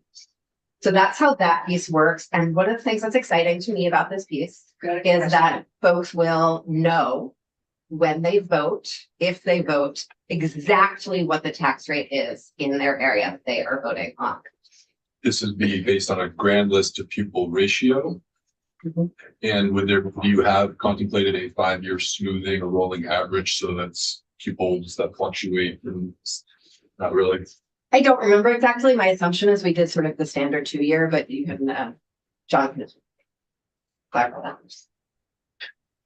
that. So those are the really biggest buckets that we did. We also put in a number of sort of next steps related to cost containment and bending the cost curve that are slightly outside of our jurisdiction. So we are spending an extraordinary amount of money on special education right now, and an extraordinary amount of money on extraordinary special education, which again is sort of a technical term, as awkward as that is. And we need to get our hands around that in a very meaningful way, both in terms of how we're spending and the quality of special education that we're delivering. As you all know, you can't just restrict funds for special education. It'll just bubble out somewhere else because we're subject to federal rules. Those are individual project and district level. So we're asking AOE to do like really deep work on that and come back to us next year. Similarly, we mirrored some language from the budget about adult education because that's sitting in the ed fund right now. Why? Is that good? We don't know. We need to fix that maybe. The relationship between pre-K, how we count pre-K, how unbelievably different that is from district to district, and that relationship to our CCFAP dollars. We are asking JFO to do a deep dive on that this summer. We're going to make decisions about that next year. CTE, similarly, a lot still needs to be figured out about that, make decisions about that next year. But neither foundation formula that came from the administration or the one we're putting forward here is accounting for transportation in a meaningful way. It's going to be very hard to figure out how to account for transportation before we know which our districts are. So that is in there, just a couple sentences. So there's a lot of pieces that are essential to a quality education for all Vermont kids, but are sort of at the core fringes. And there's language about almost all of those in here for us to do more work on next year. And with that, I will stop. Thank you for your patience with me. I just would like to add one thing, that's about timeline. Oh, yes. And this almost brings in your government operations committee, because if you think about, drawing the districts is sort of the easy part. Then you have to have proportional representation within these new districts, which is going to require drawing voting wards. And if you think about how we do that for redistricting our own seats, that's a 6 to 8 month process, probably 6 to 9 month process.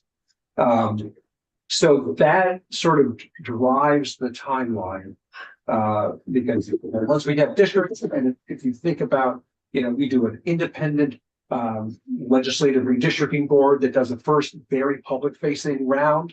And then it comes to government operations committees in the legislature. Again, another round of very public facing work. Again, which I would consider to be very important. So you sort of can't make a November 2026 deadline to elect school board members because everything would have to be tied up in a bow by May 15th of next year.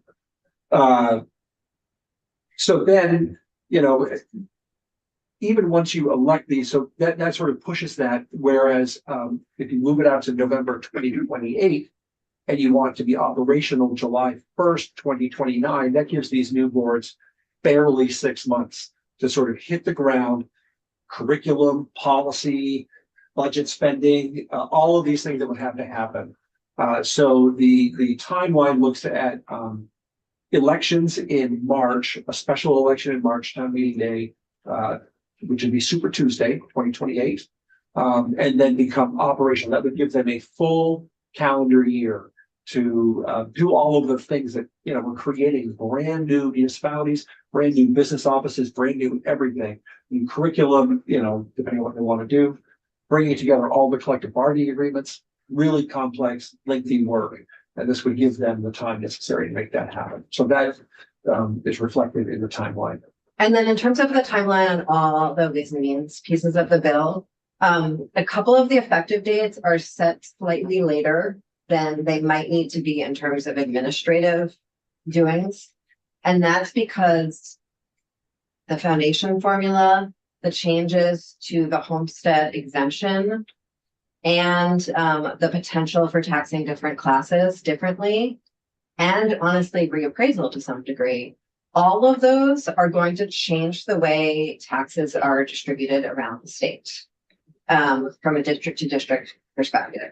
And we think that doing them year over year rather than all at once would be tremendously destabilizing to Vermonters' experience of paying their property taxes at a time that's already fairly unstable. And so really set those, so all of those happen at once. So we're not sort of having year over year turmoil in the system, just one big change at once.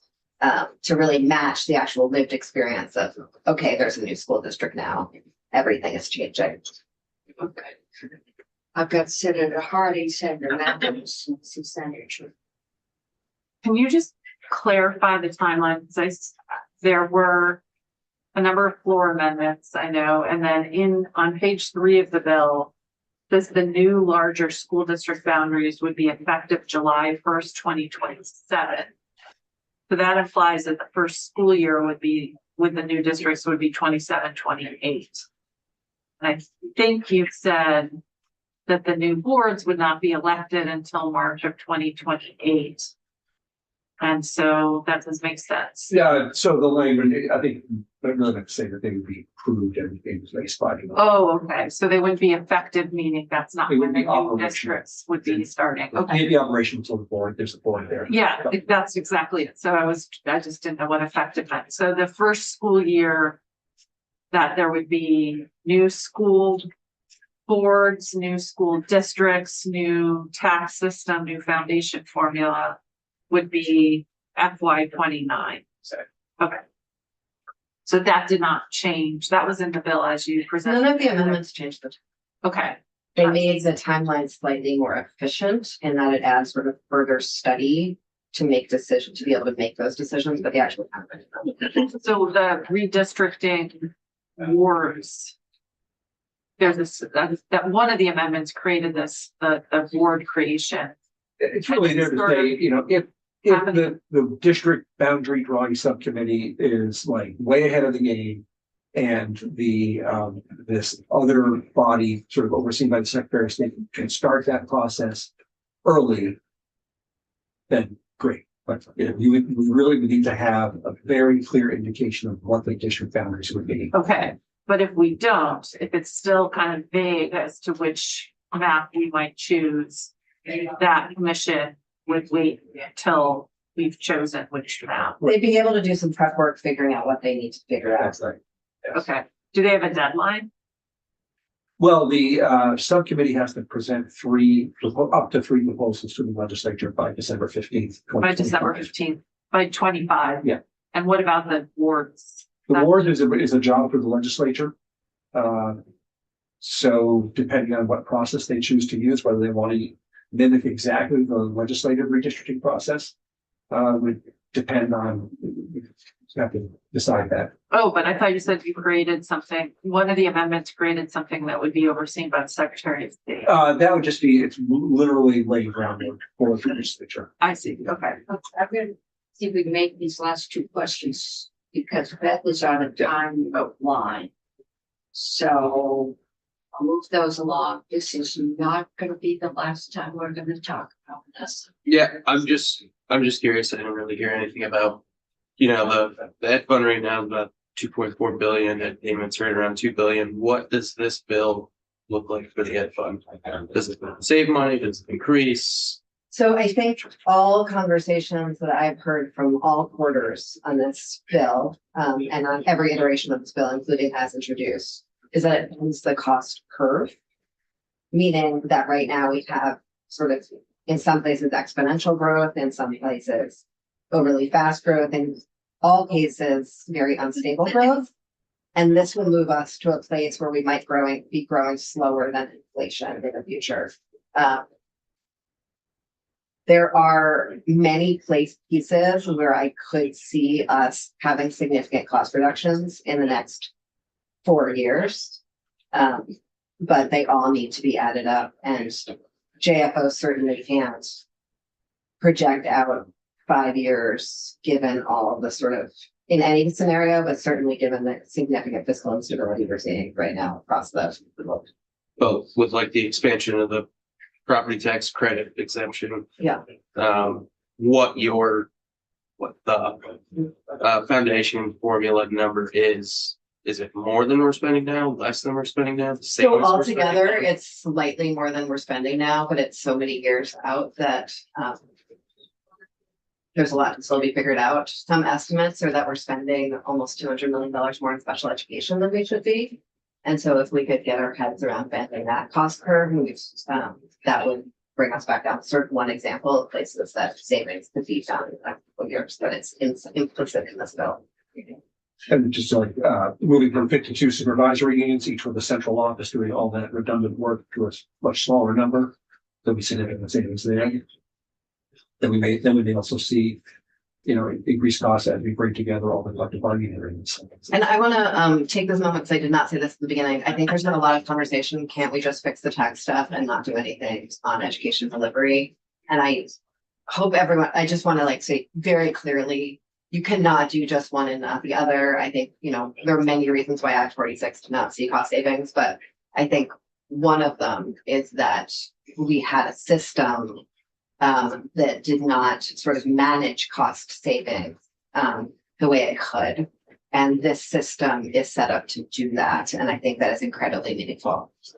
Be really quick. It's building off of Senator Mathis's question. I saw some news coverage about the concern that this possibly could, with 15,033 yield number, could translate to potentially 3 years from now us spending more. But I also heard during the presentation here is that number is expected to change. We're going to adjust it over the next 3 years, and that's just currently a placeholder based on our current expenditures of our current existing system. I guess the question I have for you is, did you contemplate, since we're currently allowing for in this bill 10% spending above as a possibility, what if we set the yield number at a lower amount and increasing that just as a target to go for? So if it was like 14.5, but with a 15% ability to spend above, is that something that you contemplated? So again, it's not a yield, it's a foundation formula payment, and the yield is basically Sure. over. We're done with yields. We're done with our current construct of a yield, which is also sort of exciting. So I personally, as a legislator who spends time in this policy, have serious doubts about any supplemental district spending at all. I think it is the single greatest tool to create more inequity in the system. And I don't want to do that because we'll just be here sooner doing this again if we do that.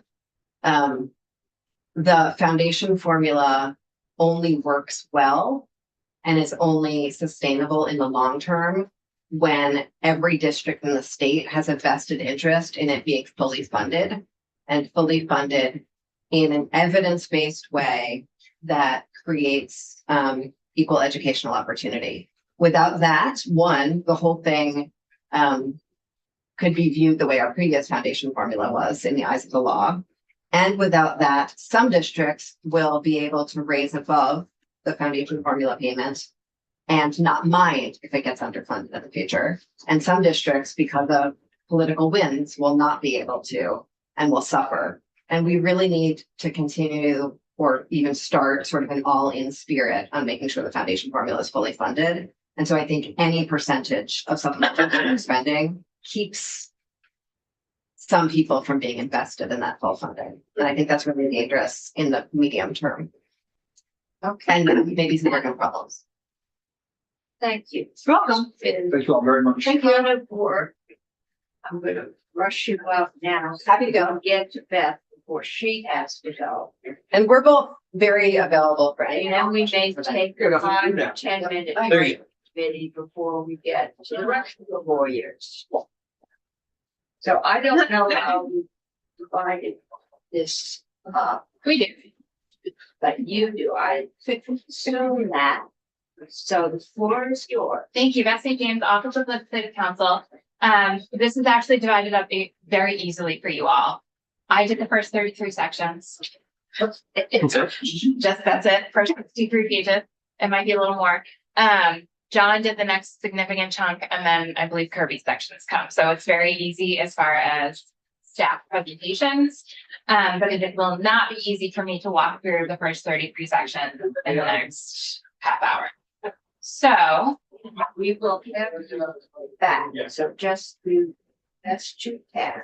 well, so my question for you, Madam Chair, is is there anything you'd like me to focus on, or do you want me to just start walking through? No, I think just start walking through it. It's a lot. I have a feeling we're going to walk through it more than once to get our head around it. And we do. Okay, we have your sections here. Yes, would you like me to share my screen? That would be helpful. Then everybody can see it. And that means we are not going to be able to see unless I have binoculars, Senate Education. So you will just have to holler question, I think, or halt, and we'll get to you with a question. Okay. I can't, maybe if you popped up a little yellow hand, I could see it. But no guarantees. Because your postage stamp size on the screen right now. Okay. Okay, do you want to go over the findings? I think we can read those. Okay, I do think that we should talk about the intent section though, because this is where the timeline is laid out. Yep. So we're gonna start at the very bottom, line 21 on page 2, which is just your section heading there. Or subsection heading there, and we're gonna go to page 3. Okay. Yep.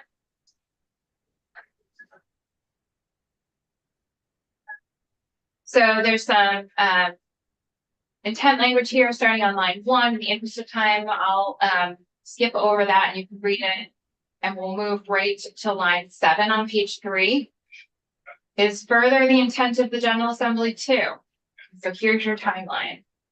And I think, I don't know, we have a nice timeline that we put together, but it has not been updated yet. It has been? No, Okay, it has not been updated yet. Okay, as of Friday, right? Correct. Yep. Okay. So we will do that and get that to you. So in the 2026 session, and remember, this is intent language. This Okay. is not binding. It doesn't say will, it says should. It is the intent of the General Assembly in the 2026 session to enact larger school district boundaries that would be effective July 1, 2026. And to Senator Hardy's question, they would need to be actually effective July 1, 2027, so that there could be elections, like there are people in a municipality to nominate and do all of those petitions. So what you're going to have is 2 systems running parallel to each other until the new school districts go operational. Okay, so it's a difference between the word operational and effective. Correct. Okay. Operational means they are responsible for the education of all their resident students. And that would be when the current school district boundaries would disappear. And that is July 1, 2029. Okay, we're getting a little ahead of ourselves. Okay, also in the 2026 session, you all are going to look at career and technical education. So you're going to enact updates to career and technical education governance systems at both local and statewide levels that are reflective of the larger public education governance transformation to new larger school districts. Create a coordinated and coherent statewide strategy for career and technical education that is responsive to students and the state's workforce needs, and that provides opportunities for more integration between CTE and traditional high school work. Enact student-centered updates to CTE funding within a foundation formula that does not create competition between sending schools and CTE programs for available funds. Moving on to page 4. Again, we're still in the 2026 session. Begin the process to create voting wards within each school district to ensure school board membership is apportioned in such a manner as to achieve substantially equal weighting of the votes of all voters in the election of school board members. Moving out of 2026, it is your intent to provide or enable the provision of the necessary staffing, resources, and support to AOE, the Secretary of State's office, town clerks, and other integral parties to the election system to hold those first school board member elections in March 2028. It is further your intent to provide or enable the provision of the necessary staffing, resources, support to AOE, the State Board of Education, and other integral parties to ensure that the necessary guidance and funding is in place to allow for a smooth and successful transition to your future state between the operation between Vermont's current 119 school districts to new larger school districts on July 1, 2029. That would also be when the foundation formula kicks in. It's my understanding the administration has some issues with timing, so we will invite them in later in the week to respond. And see what their alternatives. Great, and I will just flag for you all whether you want to have staff in the room for that or not. If we could get a courtesy invite, that would be great, so that we can. That would be fine. Okay. I'm always invited, either in or on. But maybe many people are inviting me places. Okay. So if you would like us, please reserve us. I'm gonna try for Thursday afternoon or Friday. Let me know how that works with your schedule. Book me. A lot of this timeline is dependent on election law. Yeah. We'll see how they work that. Moving on to section 2.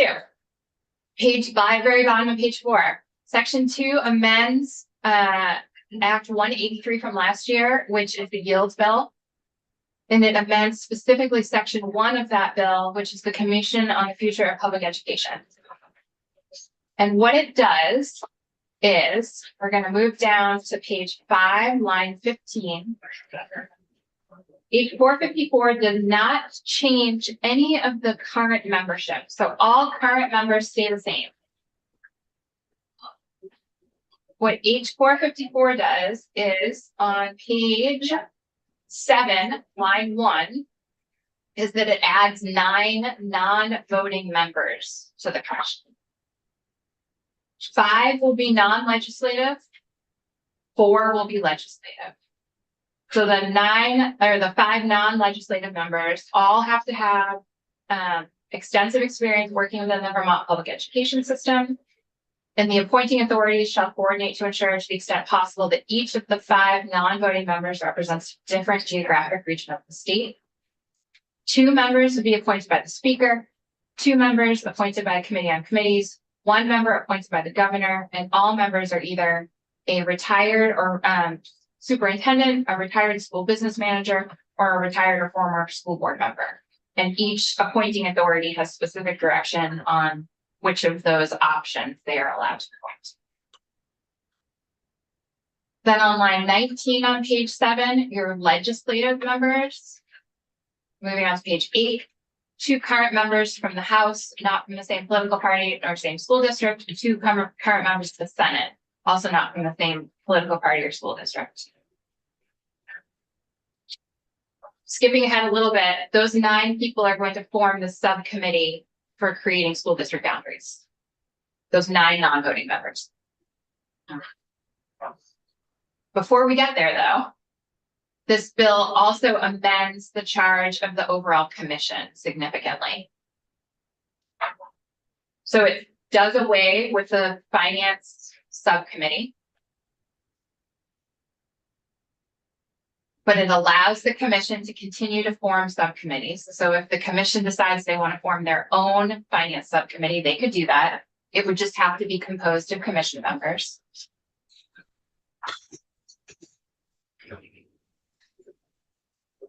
No changes to who the commission can seek input from, but there is a change on page 9, line 4 from a shall to a may. So from this list of folks that the commission is consulting with. No change to what the commission is reviewing as far as current law. The duties of the commission change significantly. So the duties of the commission as a whole, not the subcommittee that's made up of the non-voting members, but the current membership of the commission, are required to make recommendations. I'm on page 10, line 13, the state level education governance system, including the roles and responsibilities of AOE. No change to the public engagement section here.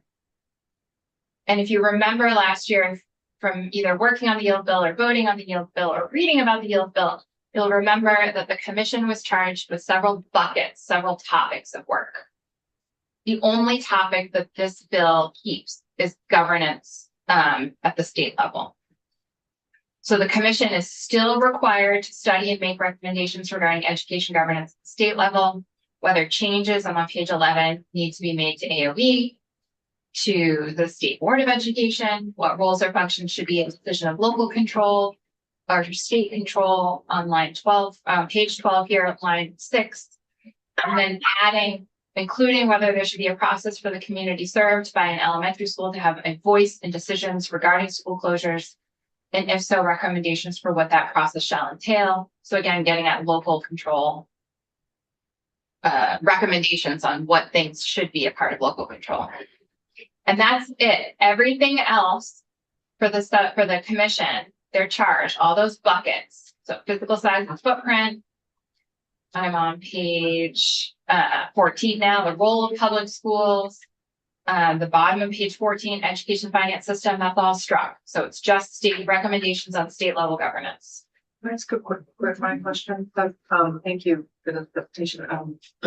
When you talk about local control, when you're talking about the control that is held by the future district boards. Yeah, so what should be local control and what should be a control at the state level? I think there's varying levels of what local is depending on what your new future state looks like. Got it. I think this is a drastic overhaul of what their directive and mission is. Is that fair? You won't answer that, but that's the impression I have. There's a lot of process. I don't know that anyone was asked them, but I'll check since I'm on. I think there, they were but I missed the last involved pretty heavily in it. And I was still Representative Conlon is also the commission. All right, so other changes to the work of the commission in general is this bill strikes them on page 16 now, line 20. Again, modifies that. We've already received the first 2 deliverables. We're in their report section, subsection F. We've already received 1 and 2. 3 is updated to reflect the fact that the commission's work is only focused on an analysis of state level governance. And then on page 17, line 3, a strike of the required legislative language for any recommendations for the education funding system because you've done away with their analysis of the education funding system. No changes to assistance or the meetings. No changes to compensation or reimbursement. And then on page 18 is the creation of the school district boundary subcommittee. So this is made up of the 9 non-voting members, the 5 retired superintendent, school board, school board member or school business officers, and the 4 legislators who are required to determine the most efficient number of school districts and proposed boundary lines based on educational research, Vermont's geographic and cultural landscape, historic attendance patterns, the distribution of equalized grand list value per pupil, the provision of CTE, and a comprehensive analysis of school locations, conditions, and capacity. So then more specifically, the subcommittee shall recommend not more than 3 district boundary proposals to you all and may consult with the Vermont Association of Career and Technical Education Directors regarding how to incorporate CTE into the proposals. The proposed school district boundaries shall, and then there's a whole list of things that each proposal, if they do 1 proposal or 3, all of the proposals are supposed to meet the following requirements. Increase equitable access to educational opportunity, maximize opportunities for modern, regional, middle, and high schools with the least disruption to students, provide access to education for resident students in grades K through 12, provide access to CTE for all eligible students, to the extent practical, not separate towns within school districts and those boundaries exist on July 1, 2025. To the extent practical, consider the availability of regional services for students, such as designated agencies, and how those services would integrate into the new proposed school district boundaries. To the extent practical, result in school districts with a minimum average daily membership of approximately 4,000 students. And to the extent practical, consider historic attendance patterns in geographic areas that do not operate public schools at all grade levels from kindergarten through grade 12. We're out now of subdivision A, we're to subdivision B. Subcommittee may consider and make recommendations for all the optimal location of schools, including CTE programs, in order to meet the requirements that we just walked through in subdivision A. The subcommittee shall provide regular updates to the commission regarding its work. I'm on page 20 now. The subcommittee shall have the sole authority to determine the contents of the report and maps in their deliverable section. The commission as a whole may provide its own comments to the subcommittee and the relevant committees of jurisdiction, either as an addendum to the report of the subcommittee or as a separate report. So the subcommittee owns its work, but the commission is also able to provide comment as well. But the parent committee commission doesn't need to approve. Correct. This. Okay, so it goes straight to the legislature and the subcommittee. Thank you. The district boundary subcommittee shall engage and coordinate with the commission's public engagement subcommittee and the public engagement consultant to maximize public input and feedback regarding the development of the proposed new school district boundaries. The district boundary subcommittee would be staffed by the Agency of Digital Services, the Vermont Center for Geographic Information. They can also retain the services of 1 or more independent third parties to provide facilitation and mediation services to the subcommittee.